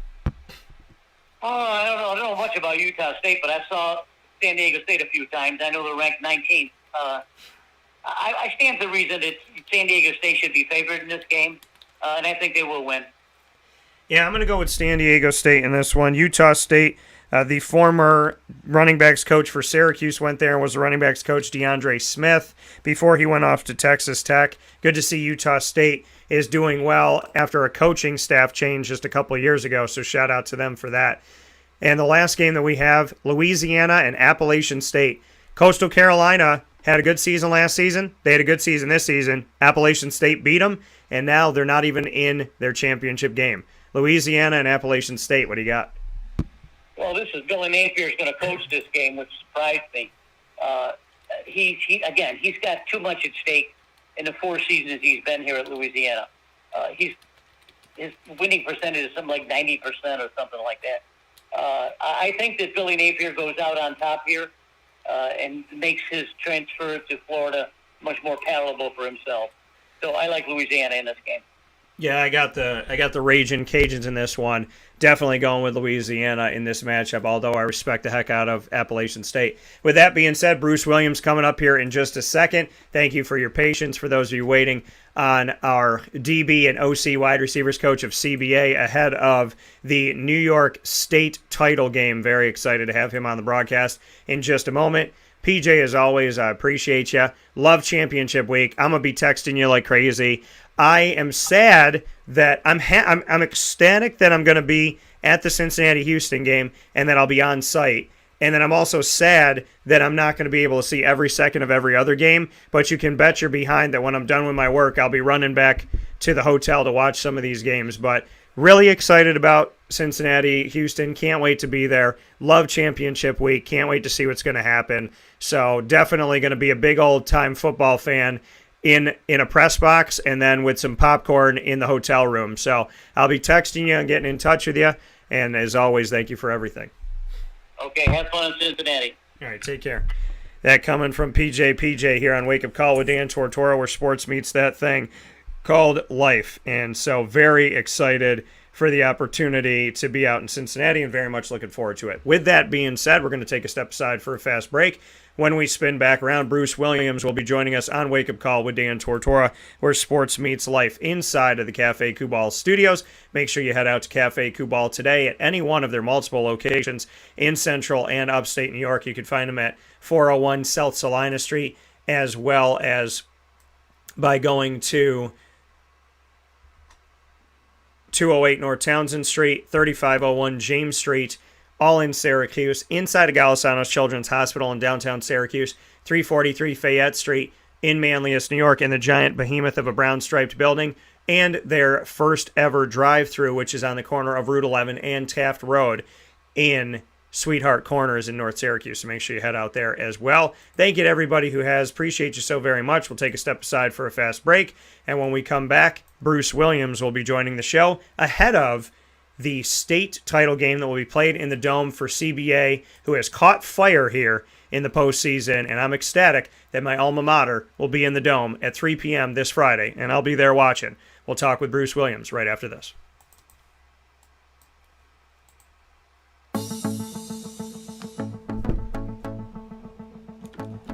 Avicoli's, located on the corner of Route 57 and Wetzel Road in Liverpool, New York, has been your trusted neighbor for decades. Located just steps from Liverpool High School, we're happy to have the Liverpool Warriors on-site, on-location broadcast at Avicoli's through Wake Up Call with Dan Tortora every single month, featuring student athletes, coaches, and administration throughout the year from Liverpool High School. Head out to Avicoli's today on the corner of Route 57 and Wetzel Road in Liverpool, New York, open Tuesday through Sunday for lunch, dinner, and drinks. We'd love to see you out there, and of course you can call them at 315-622-5100 for takeout, delivery, and catering. That's 315-622-5100, and also find them on myavicolis.com. That's myavicollis.com.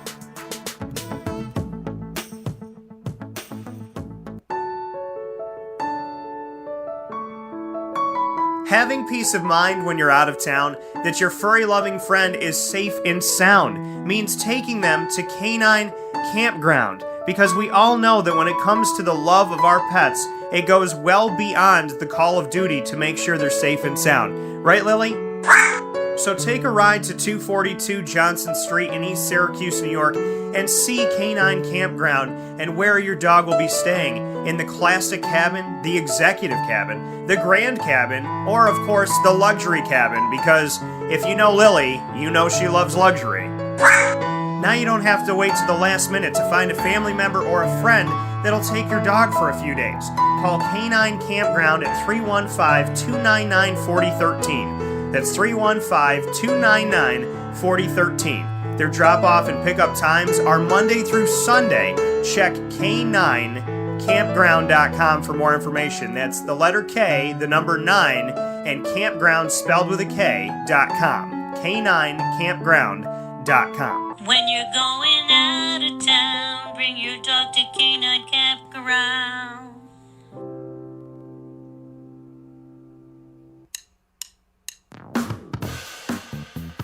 PB&J's Lunchbox, the food truck that you love finding all throughout Central and Upstate New York, now has a street-side cafe. So when you're craving their traditional favorites as well as their out-of-box amazing menu items, you can now head to 663 Old Liverpool Road in Liverpool, New York. Located just minutes from the highway, the Thruway, Destiny USA, and Onondaga Lake Parkway, PB&J's Lunchbox Street-Side Cafe is there for you Monday through Saturday from 9 a.m. to 7 p.m., serving breakfast, lunch, and dinner all throughout the day. Get breakfast for dinner, dinner for lunch, whatever you fancy, including their award-winning grilled peanut butter and jelly sandwich. Find them at 663 Old Liverpool Road in Liverpool, New York. PB&J's Lunchbox, where we love to know what's in your lunchbox.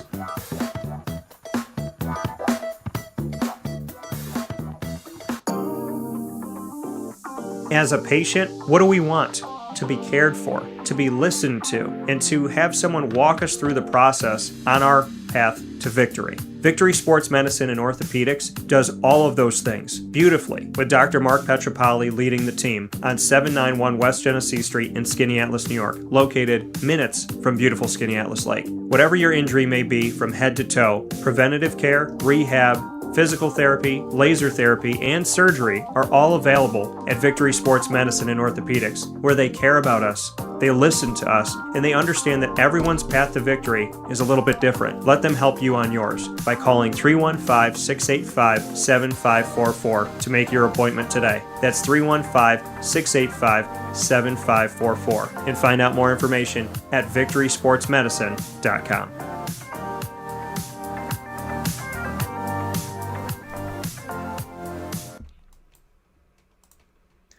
And a welcome back here to Wake Up Call with Dan Tortora on WakeUpCallDT.com, your one-stop sports shop, and on MixLR.com/WakeUpCallDT, where you're listening. You're watching on Facebook Live, on Facebook.com/LiveNowDT, as well as on YouTube.com/WakeUpCallDT, and on Facebook.com/WakeUpCallDT. So however you're connecting with the show, thank you so much for tuning in to Wake Up Call with Dan Tortora every Monday through Friday, from 9 a.m. to 11 a.m. Eastern Time. We've had incredible guests on all this week. It's been a fantastic week. We only have more surprises and more amazing people to speak with, and one of those people is here with us right now, and I'm very excited to have Bruce Williams here on the show. Bruce went to CBA, went on to Syracuse, is now working at Syracuse and on the staff at CBA, so definitely keeping those ties and building those roots even more so here in our community, which I love. I love people that grow in our community, stay in our community, build in our community. And so with all that Bruce has done and continues to do as a player, now as a coach, and in developing student athletes at Syracuse University, he's given back to Central and Upstate New York. And I think that above everything is worth way more than the wins and losses, is giving back to a community that is such a beautiful place. And to the people that know it and have grown up here, you know the incredible potential that Syracuse and Central and Upstate New York have. So it's my honor and my privilege to welcome Bruce Williams back onto the broadcast here on Wake Up Call with Dan Tortora, your CBA varsity DB and OC/wide receivers coach, as well as someone who is etched in the history of CBA in Syracuse. Bruce, how you doing today? Thank you, Dan. I appreciate you having me. I'm doing pretty good today. Thank you so much for having me. Absolutely. And Bruce, it's interesting because, when I went to CBA and I finished up, you were behind me with LeVar Lobdell.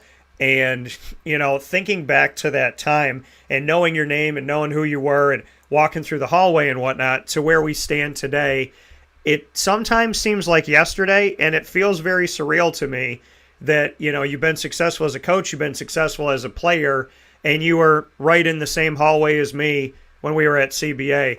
Do you ever go back to those moments, go back to those days, and go back to walk in those halls? Because, I got to see we're both still young now, obviously, but I got to see, the kid Bruce Williams as you were maturing and finding your place, getting onto the team and making a name for yourself in this world of football.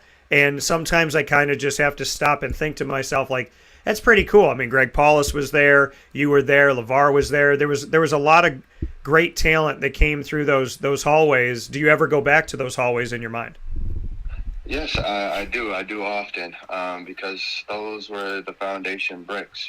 For me, coming from the inner city and going to CBA, getting that opportunity, it was a culture shock, right? Growing up in the inner city, it was more about me. But when I walked in the door at CBA, it was about we. It was about family. And I felt that from the first day I walked through the door. Even being a freshman, I can recall many juniors and seniors coming up to me to make sure I was okay and saying hi to me and making sure I was comfortable. To be honest, I didn't even know how to tie a tie until I walked through those doors at CBA, but it was the upperclassmen showing me the way. And I oftentimes go back through those moments and always remember that's what started this whole thing for me, is the CBA doors and that culture that the school created to make me feel comfortable. And going through those doors now and being a coach now after being a player there, what does CBA look like today? Does it look the same as as what you experienced? Is it better? Are there places where you feel like you can improve? How do you see CBA through the eyes of a coach now? Well, I think it's changed. The look of CBA has changed, obviously, with the additions and renovations to the building. A lot of the new people that's there that's different than when I was there, they're all still great people. You know, I can walk into the main office and administrative assistants right there all smiling and, you know, saying hi and greeting you, which I felt that when you walked through the doors in 2002 and 1, you know, things like that.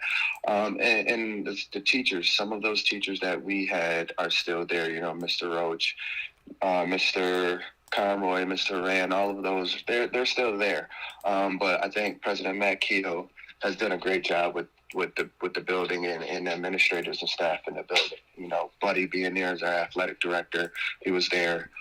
So it's there, but I think ultimately the culture of the students seems to be the same.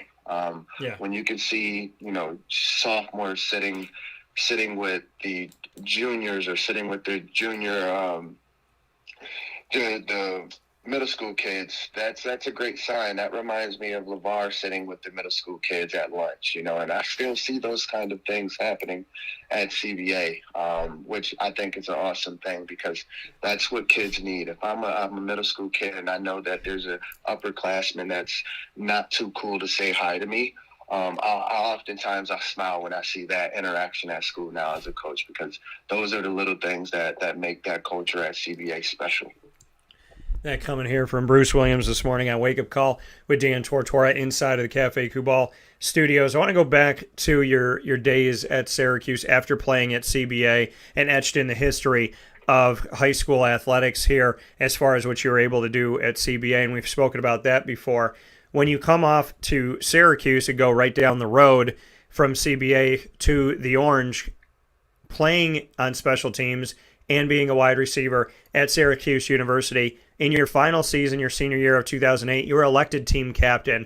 Just what that meant to you to be a local guy, local kid, local high school, comes to Syracuse, not only plays at Syracuse, but became a team captain at Syracuse and will always be on the wall of team captains. Just what that meant to you to be a local guy that rose all the way to team captain before you left. That means a lot to me. Obviously, going to CBA, our culture was never about I, it was about we, it's about a team. And I carried that same attitude when I got there at Syracuse. So, funny story is I was elected team captain that year in 2008. So they had 3 different categories: offense, defense, and special team. I actually didn't win any of those, but I came in second place in all 3 of them. And I think that just, for me, my character, I think hopefully people see that in me, how genuine I am as a person, and the connections and relationships I try to build with my teammates at Syracuse, as my coaching staff, you know, the equipment manager, people on campus. I always walked around with that approach of being respectful to the people around me, showing people that I care. So when I was elected captain, that was special because you really don't see that where someone doesn't win the outright ballot, but they're elected, and I was elected overall team captain of my team that year. Yeah, and it's an incredible thing to have, and it's incredible, you know, to look back on that. And when you're teaching as a coach, what do you utilize from rising to that? Like you said, you know, finishing second in each of these categories, being elected team captain. When you're talking with the players on CBA's team and maybe somebody's struggling, maybe somebody's having a tough time, maybe somebody's, you know, being really hard on themselves, or they think they can't do it, or they're listening to the outside noise, what do you pull from your history to say, hey, listen, you know, I know what I've been through, I know the adversity I had, and look at where I rose to. I believed in myself, I banked on myself, I didn't listen to what naysayers were saying. How do you use your story to help the kids that you have today? Well, I first start by not trying to make it about me and keeping it on the current student athlete that I'm working with. Whereas they're struggling, I just say, you know, first thing, if it's during a game, this is just a game. You know, at the end of the day, and whatever time left on this clock, guess what? I and everyone around you are going to still love you. So through the good and the bad, you're still going to be loved, and people make mistakes and things happen that are out of your control. But remember that there's 5 and 6 year olds playing this game. It's just a game. This isn't live or die situation. This isn't, going to define who you are as a person. So with this being said, this is a point where you need to have fun. If this is becoming more than fun, then it might not be what we need to be doing at this time, and that's my approach to it is keep it in perspective of what this is. Too many people now, I think, in today's day, take a sport, especially a team sport like football, and make it too eye-centric. And I don't try to do that, because today I got a shout-out on Twitter about my 227 inches in my career, which is a state record. And without the 10 other people on my team, that is not something I can achieve. So, I made sure I gave credit to those who were around me that made it possible for my name to be sketched, right? And that's what I try to teach these young men when we're training and we're doing all of that stuff. The hard work we put in during the summer when the kid says, Coach, I want to be there at 11, but I don't have a ride. And I show up at 10:45 because I want this student to understand that I'm in it with you. I'm going to help show you the ropes on what it took me to get there, and I'll give you the information and I'll show you my work ethic, and hopefully they'll match it. And those are just some of the things I try to do, but I try to keep it about the current kid that I work with and make sure they understand it. They're the focus, not me. What I've done in my past is sketch.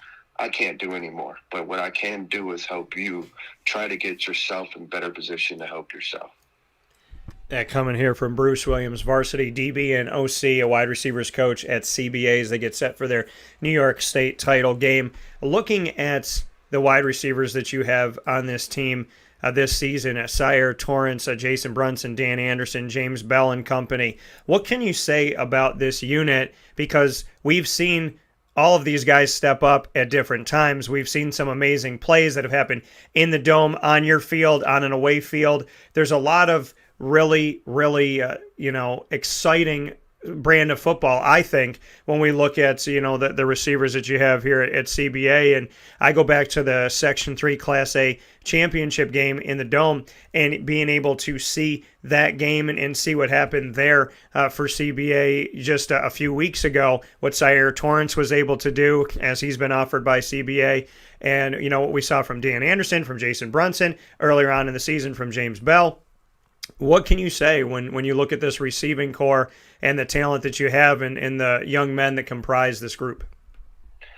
Really, it's just a special group of kids that love each other.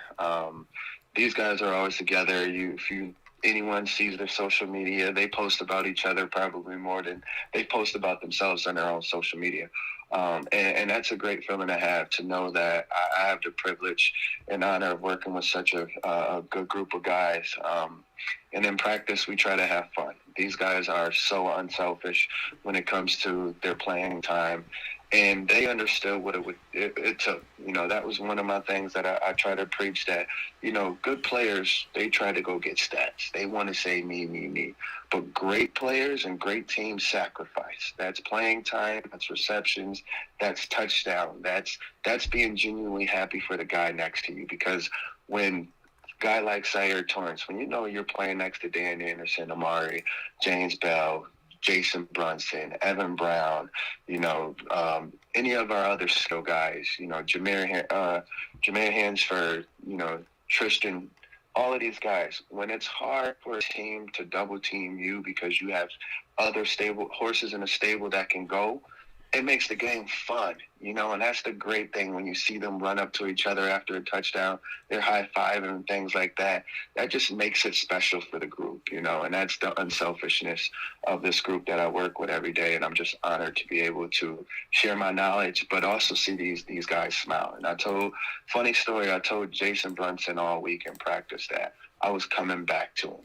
I'm going to come back to you because that's just my motto as a coach. He's done amazing things all season that people don't see. He's worked his tail off in practice, but oftentimes, you got Dan Anderson and you got Amari and Sire and some of these older guys that's a little ahead of him. you tend to lose your way, and he never lost his way. He knows his ability. He's just as good as, if not better than most of us, because he's just athletically there. And we came back to him in that game against Jamestown, and he was ready for it. Yeah, and having this quality group of players, you're getting set to go back to the Dome where you won a Section 3 Class A title. Now you're looking to win a state title. This team started off the season 3-0, then went 0-3 to end the regular season, and since then, in the postseason, you've done nothing but win. What do you attribute to this streak and the fact that CBA is playing their best football right now? The hard work that these young put in. The hard work over the summers, and a lot of us have been going since March. Right after season ended, that spring season, we were all back on the field working. Guys getting into the weight room, studying film. Every weekend, Saturday and Sundays, most people, if you follow me on social media, see I post the hard work that these kids put in. And that's a token to the kids and their efforts and the love that they have for each other.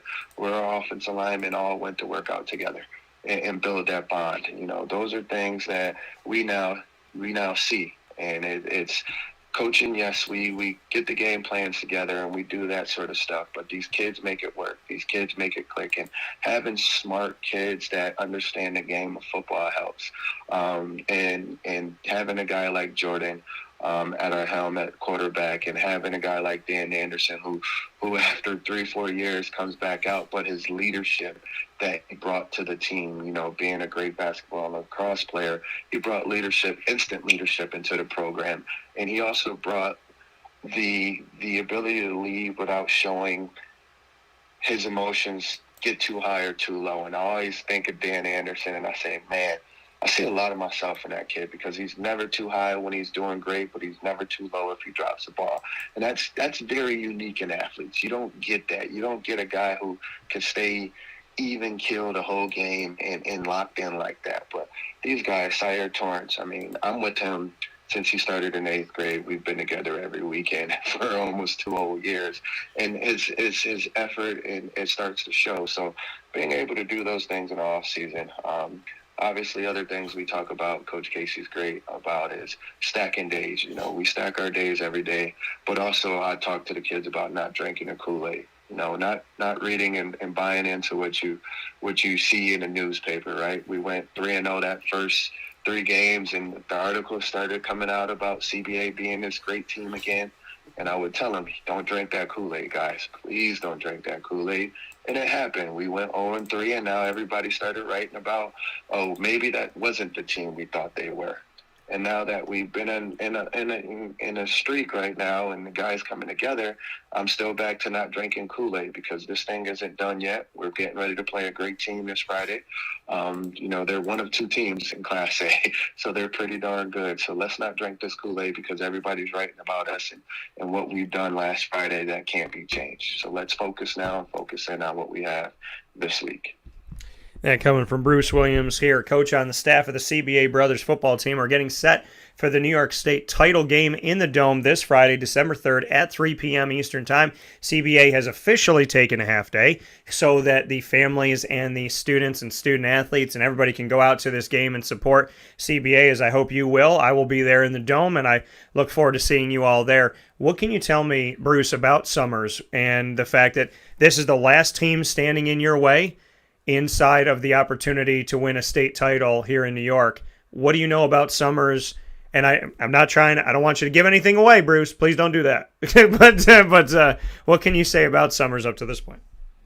They're a great team. They're undefeated. They beat people pretty good. They're very skilled. They're very fast. They got really good talent on their team. In my eyes, I kind of see them like us. They're very talented at the skill positions, and they can all run. And they have very aggressive linemen. They're well coached, too. That coaching staff down there has done an amazing job. But they do what they do. They don't change who they are. They're great at what they do, and I think that's the best thing about watching them on film and knowing that they're not going to come out and give you something different every week. They believe in their product, and they're going to run it. So being 12-0 this season, they played a lot of games, and they've shown that they can overcome adversity, which is going to make for an exciting game Friday. Yeah, very exciting as CBA gets set for this state title against Summers once again this Friday, December 3rd at 3 p.m.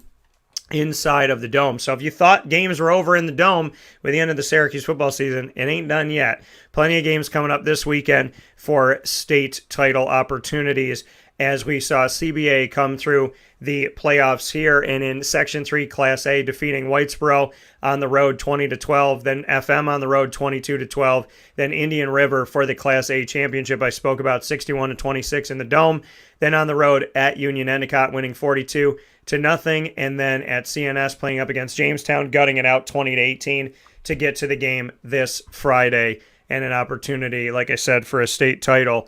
Bruce, you brought up Casey a little bit. Head coach Casey Brown. I'm close with him, know a lot about him, and I have gotten to spend some good time with him. What can you tell me about who Casey Brown is as a coach and a person and the effect that he's had on your life in the last 5 years? Coach Brown is one of my mentors. He's become a mentor to me on and off the field. Just his approach about the game. He really is a believer, and you've heard him say faith, family, football. He truly follows that motto, and doesn't alter that for anyone. So he in the last 5 years, being able to just come back and be a part of CBA, he called me up when I got back from Orlando and said, "Hey, we want you to come out and help us." And I thought just that moment, like, hey, I haven't been around for years. And he's like, don't matter how long you're away, this is your home, and who better to help these young men than you? So right then and there, I just had a respect level for Coach Casey. And then everything he's taught me on the field about, loving your players unconditionally and always finding a good in someone. And he does that to everyone. It doesn't matter if we win, lose, or draw. He somehow finds the good, right? And he will pitch the good. He'll bring up the bad as a teaching point, but it's the good that he focuses on in all of us, all of us coaches, down to the last player on our roster. And he's also taught us to, especially the kids, to support each other. And I think it showed this year when our varsity kids started showing up to the JV games. And then we have JV and varsity kids showing up to the modified games.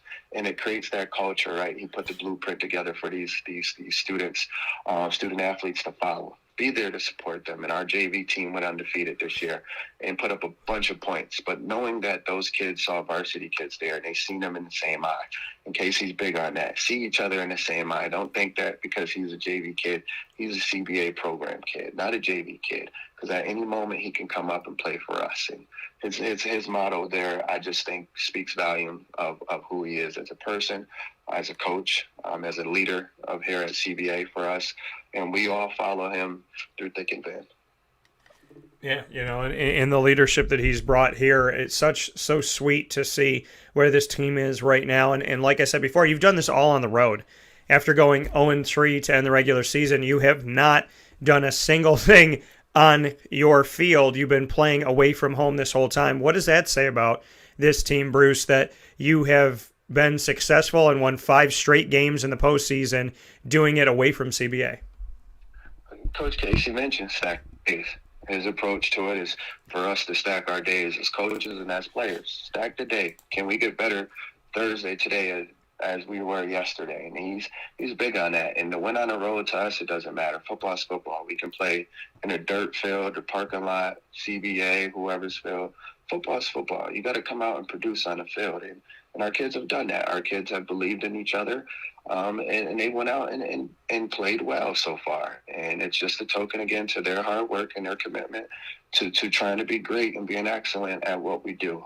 Defense have played spectacular over this 5-game stretch, starting with Whitesboro, right? Stopping that high-powered run offense. We managed to do that, going to FM.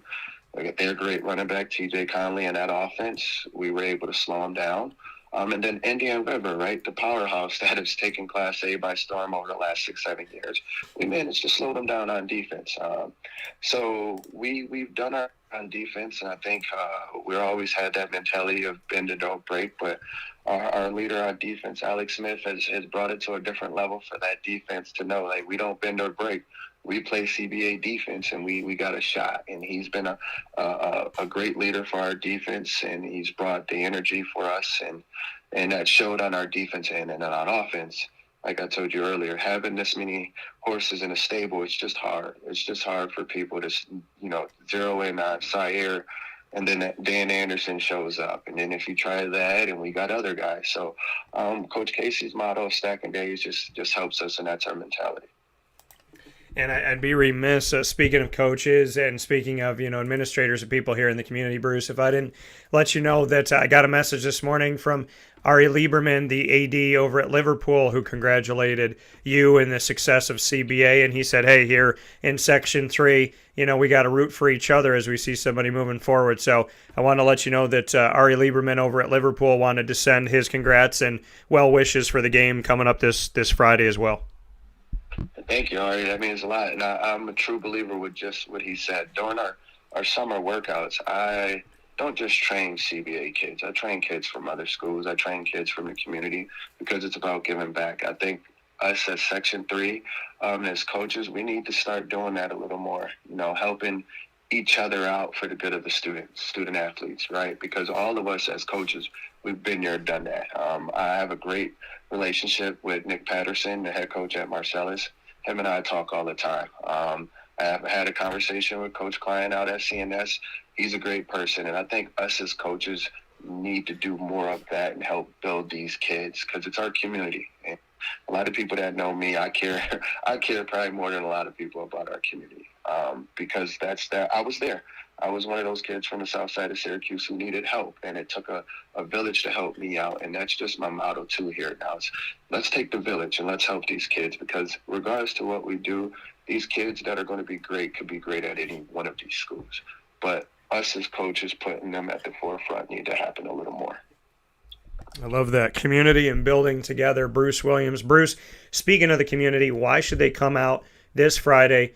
Why should they leave work early this Friday, December 3rd, and head to the Dome at 3 p.m. to see CBA and Summers in the state title game? Just like Ari just said, let's be there to support each other. It was great last week looking at a sideline. We had Coach Sindoni from, who just coached at CNS, or Skinny Atlas, who just stepped away. Nick Patterson had coaches from CNS all on our sideline cheering. And I think that's a great thing because at the end of the day, we all represent each other in Section 3. If that thing can come home to Section 3, being the title, state title, it's a win for all of us, right? Because it's a sense of pride for Section 3 football, especially when we're out here and you see Rochester, you see Buffalo, you see Downstate, and you see what they're doing out there from a recruiting standpoint. And that's something that I really follow around the state, recruiting, how to help the student athletes get recruited.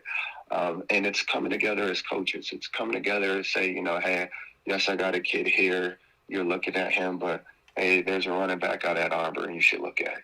Hey, there's kids at CNS. Hey, there's great players at West Genesee. But them just coming out to support us, is great because we're Section 3. At the end of the day, that's our title when it comes to football. We're Section 3. We have to be together to support one another. And last week, a lot of our kids and our coaches were out at CNS supporting CNS during that game against Bennett because, again, we're all friends. All of our kids are friends. We got kids that here at CBA that live out there in CNS. Go out and support your friends. And that's the great thing I see on social media with a lot of the student athletes is they're all friends. Those guys were getting up together playing 7-on-7 tournaments when none of us coaches were around, and they were bonding together as a community of players. So why not do it as a community and come out and support CBA? Could not have said those words better myself. Bruce Williams, community guy, CBA Brothers varsity DB and OC wide receivers coach, and a CBA and Syracuse wide receiver alum, and of course, a member of our community here in Central and Upstate New York. Bruce, thank you for what you do. Thank you for being on those sidelines, loving and caring those kids and building those kids up and being there for them, an extension to their family. More than wins and losses, knowing that they have support, they have love, they have someone in their corner. You know how important that is. I know how important that is. So thank you for doing the work that you do on and off the field. Thank you for all the things that people will never know and never thank you for. So I know you do a lot more than just coach a team, and I appreciate it, I respect it, and I look forward to seeing you tomorrow. Yeah, thank you. I appreciate you for having me, and I appreciate you taking time out your day to let me come on and share some knowledge and give back. Absolutely. Well, that Bruce Williams, CBA state title this Friday, December 3rd at 3 p.m. in the Dome.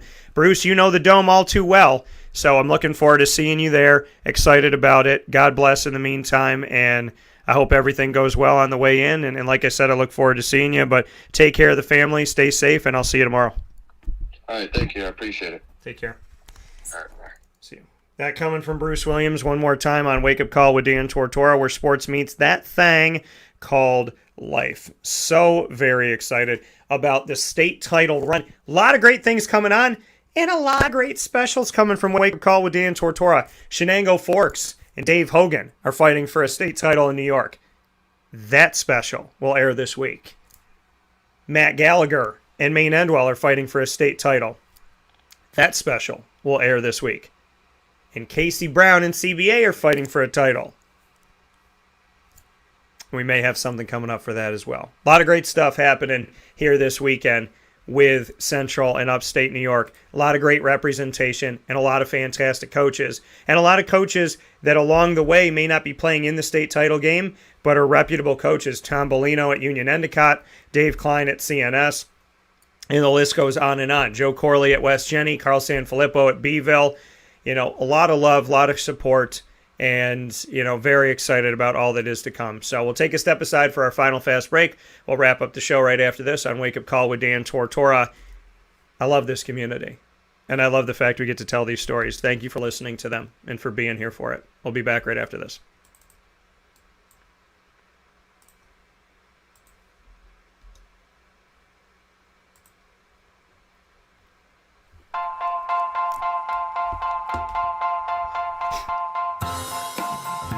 Cafe Cabal Mobile Cafe brings the cafe experience to you. We'll roll out to your neighborhood or office, ready to serve our locally crafted espresso bar to our loyal patrons. Inquire at cafecabal.com. Cafe Cabal, coffee for the soul.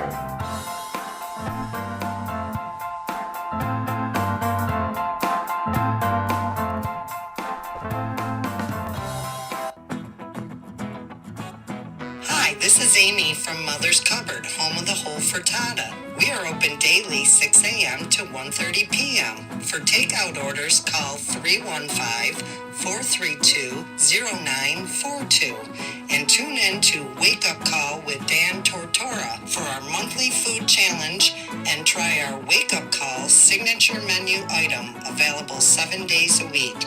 Here at Mother's Cupboard, we are Central New York, and it's our honor to serve you.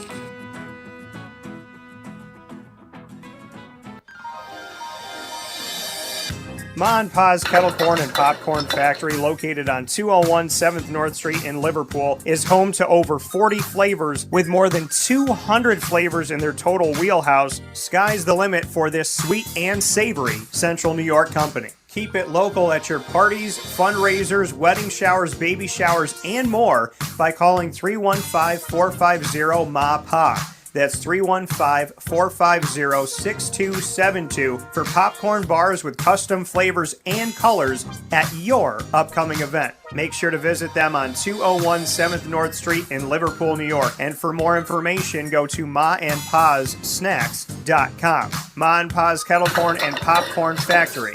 How corny are you?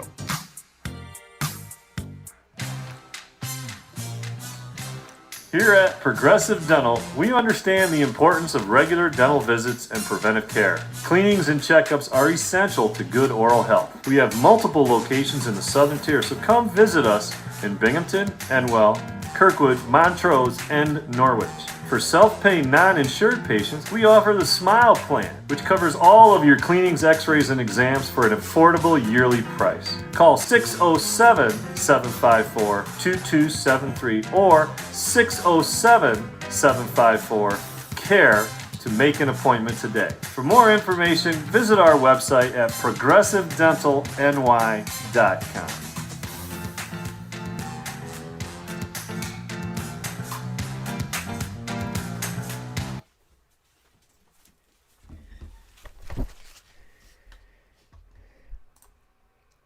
The Millhouse Market, located on 3790 New York 13 in Pulaski, New York, is worth the drive every single time. Make your way out to the Millhouse Market today and make sure you download their app so you have everything at your fingertips. From the Google Play or Apple App Store, search Millhouse Market, and on there you'll have their entire menu of homemade breads, desserts, quinoa bowls, rice bowls, salads, brick oven pizzas, and sandwiches named after the families that helped to settle today's Pulaski. Ingrained in our taste buds and ingrained in our community, the Millhouse Market is second to none when it comes to what's on the menu and the person behind it all, and Rebecca Elford. An incredible team with an incredible mixture of flavors that you will not find anywhere else in central and upstate New York and beyond. I feel so thankful that the Millhouse Market chose Pulaski and chose to be here in our community.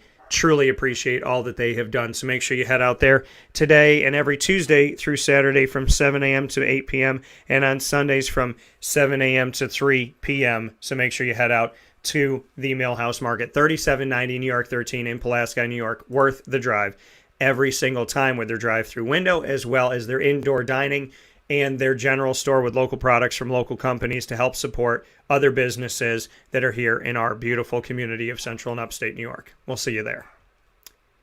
With that being said, I want to thank all my fantastic guests that graced the stage inside the Cafe Kubal studios today.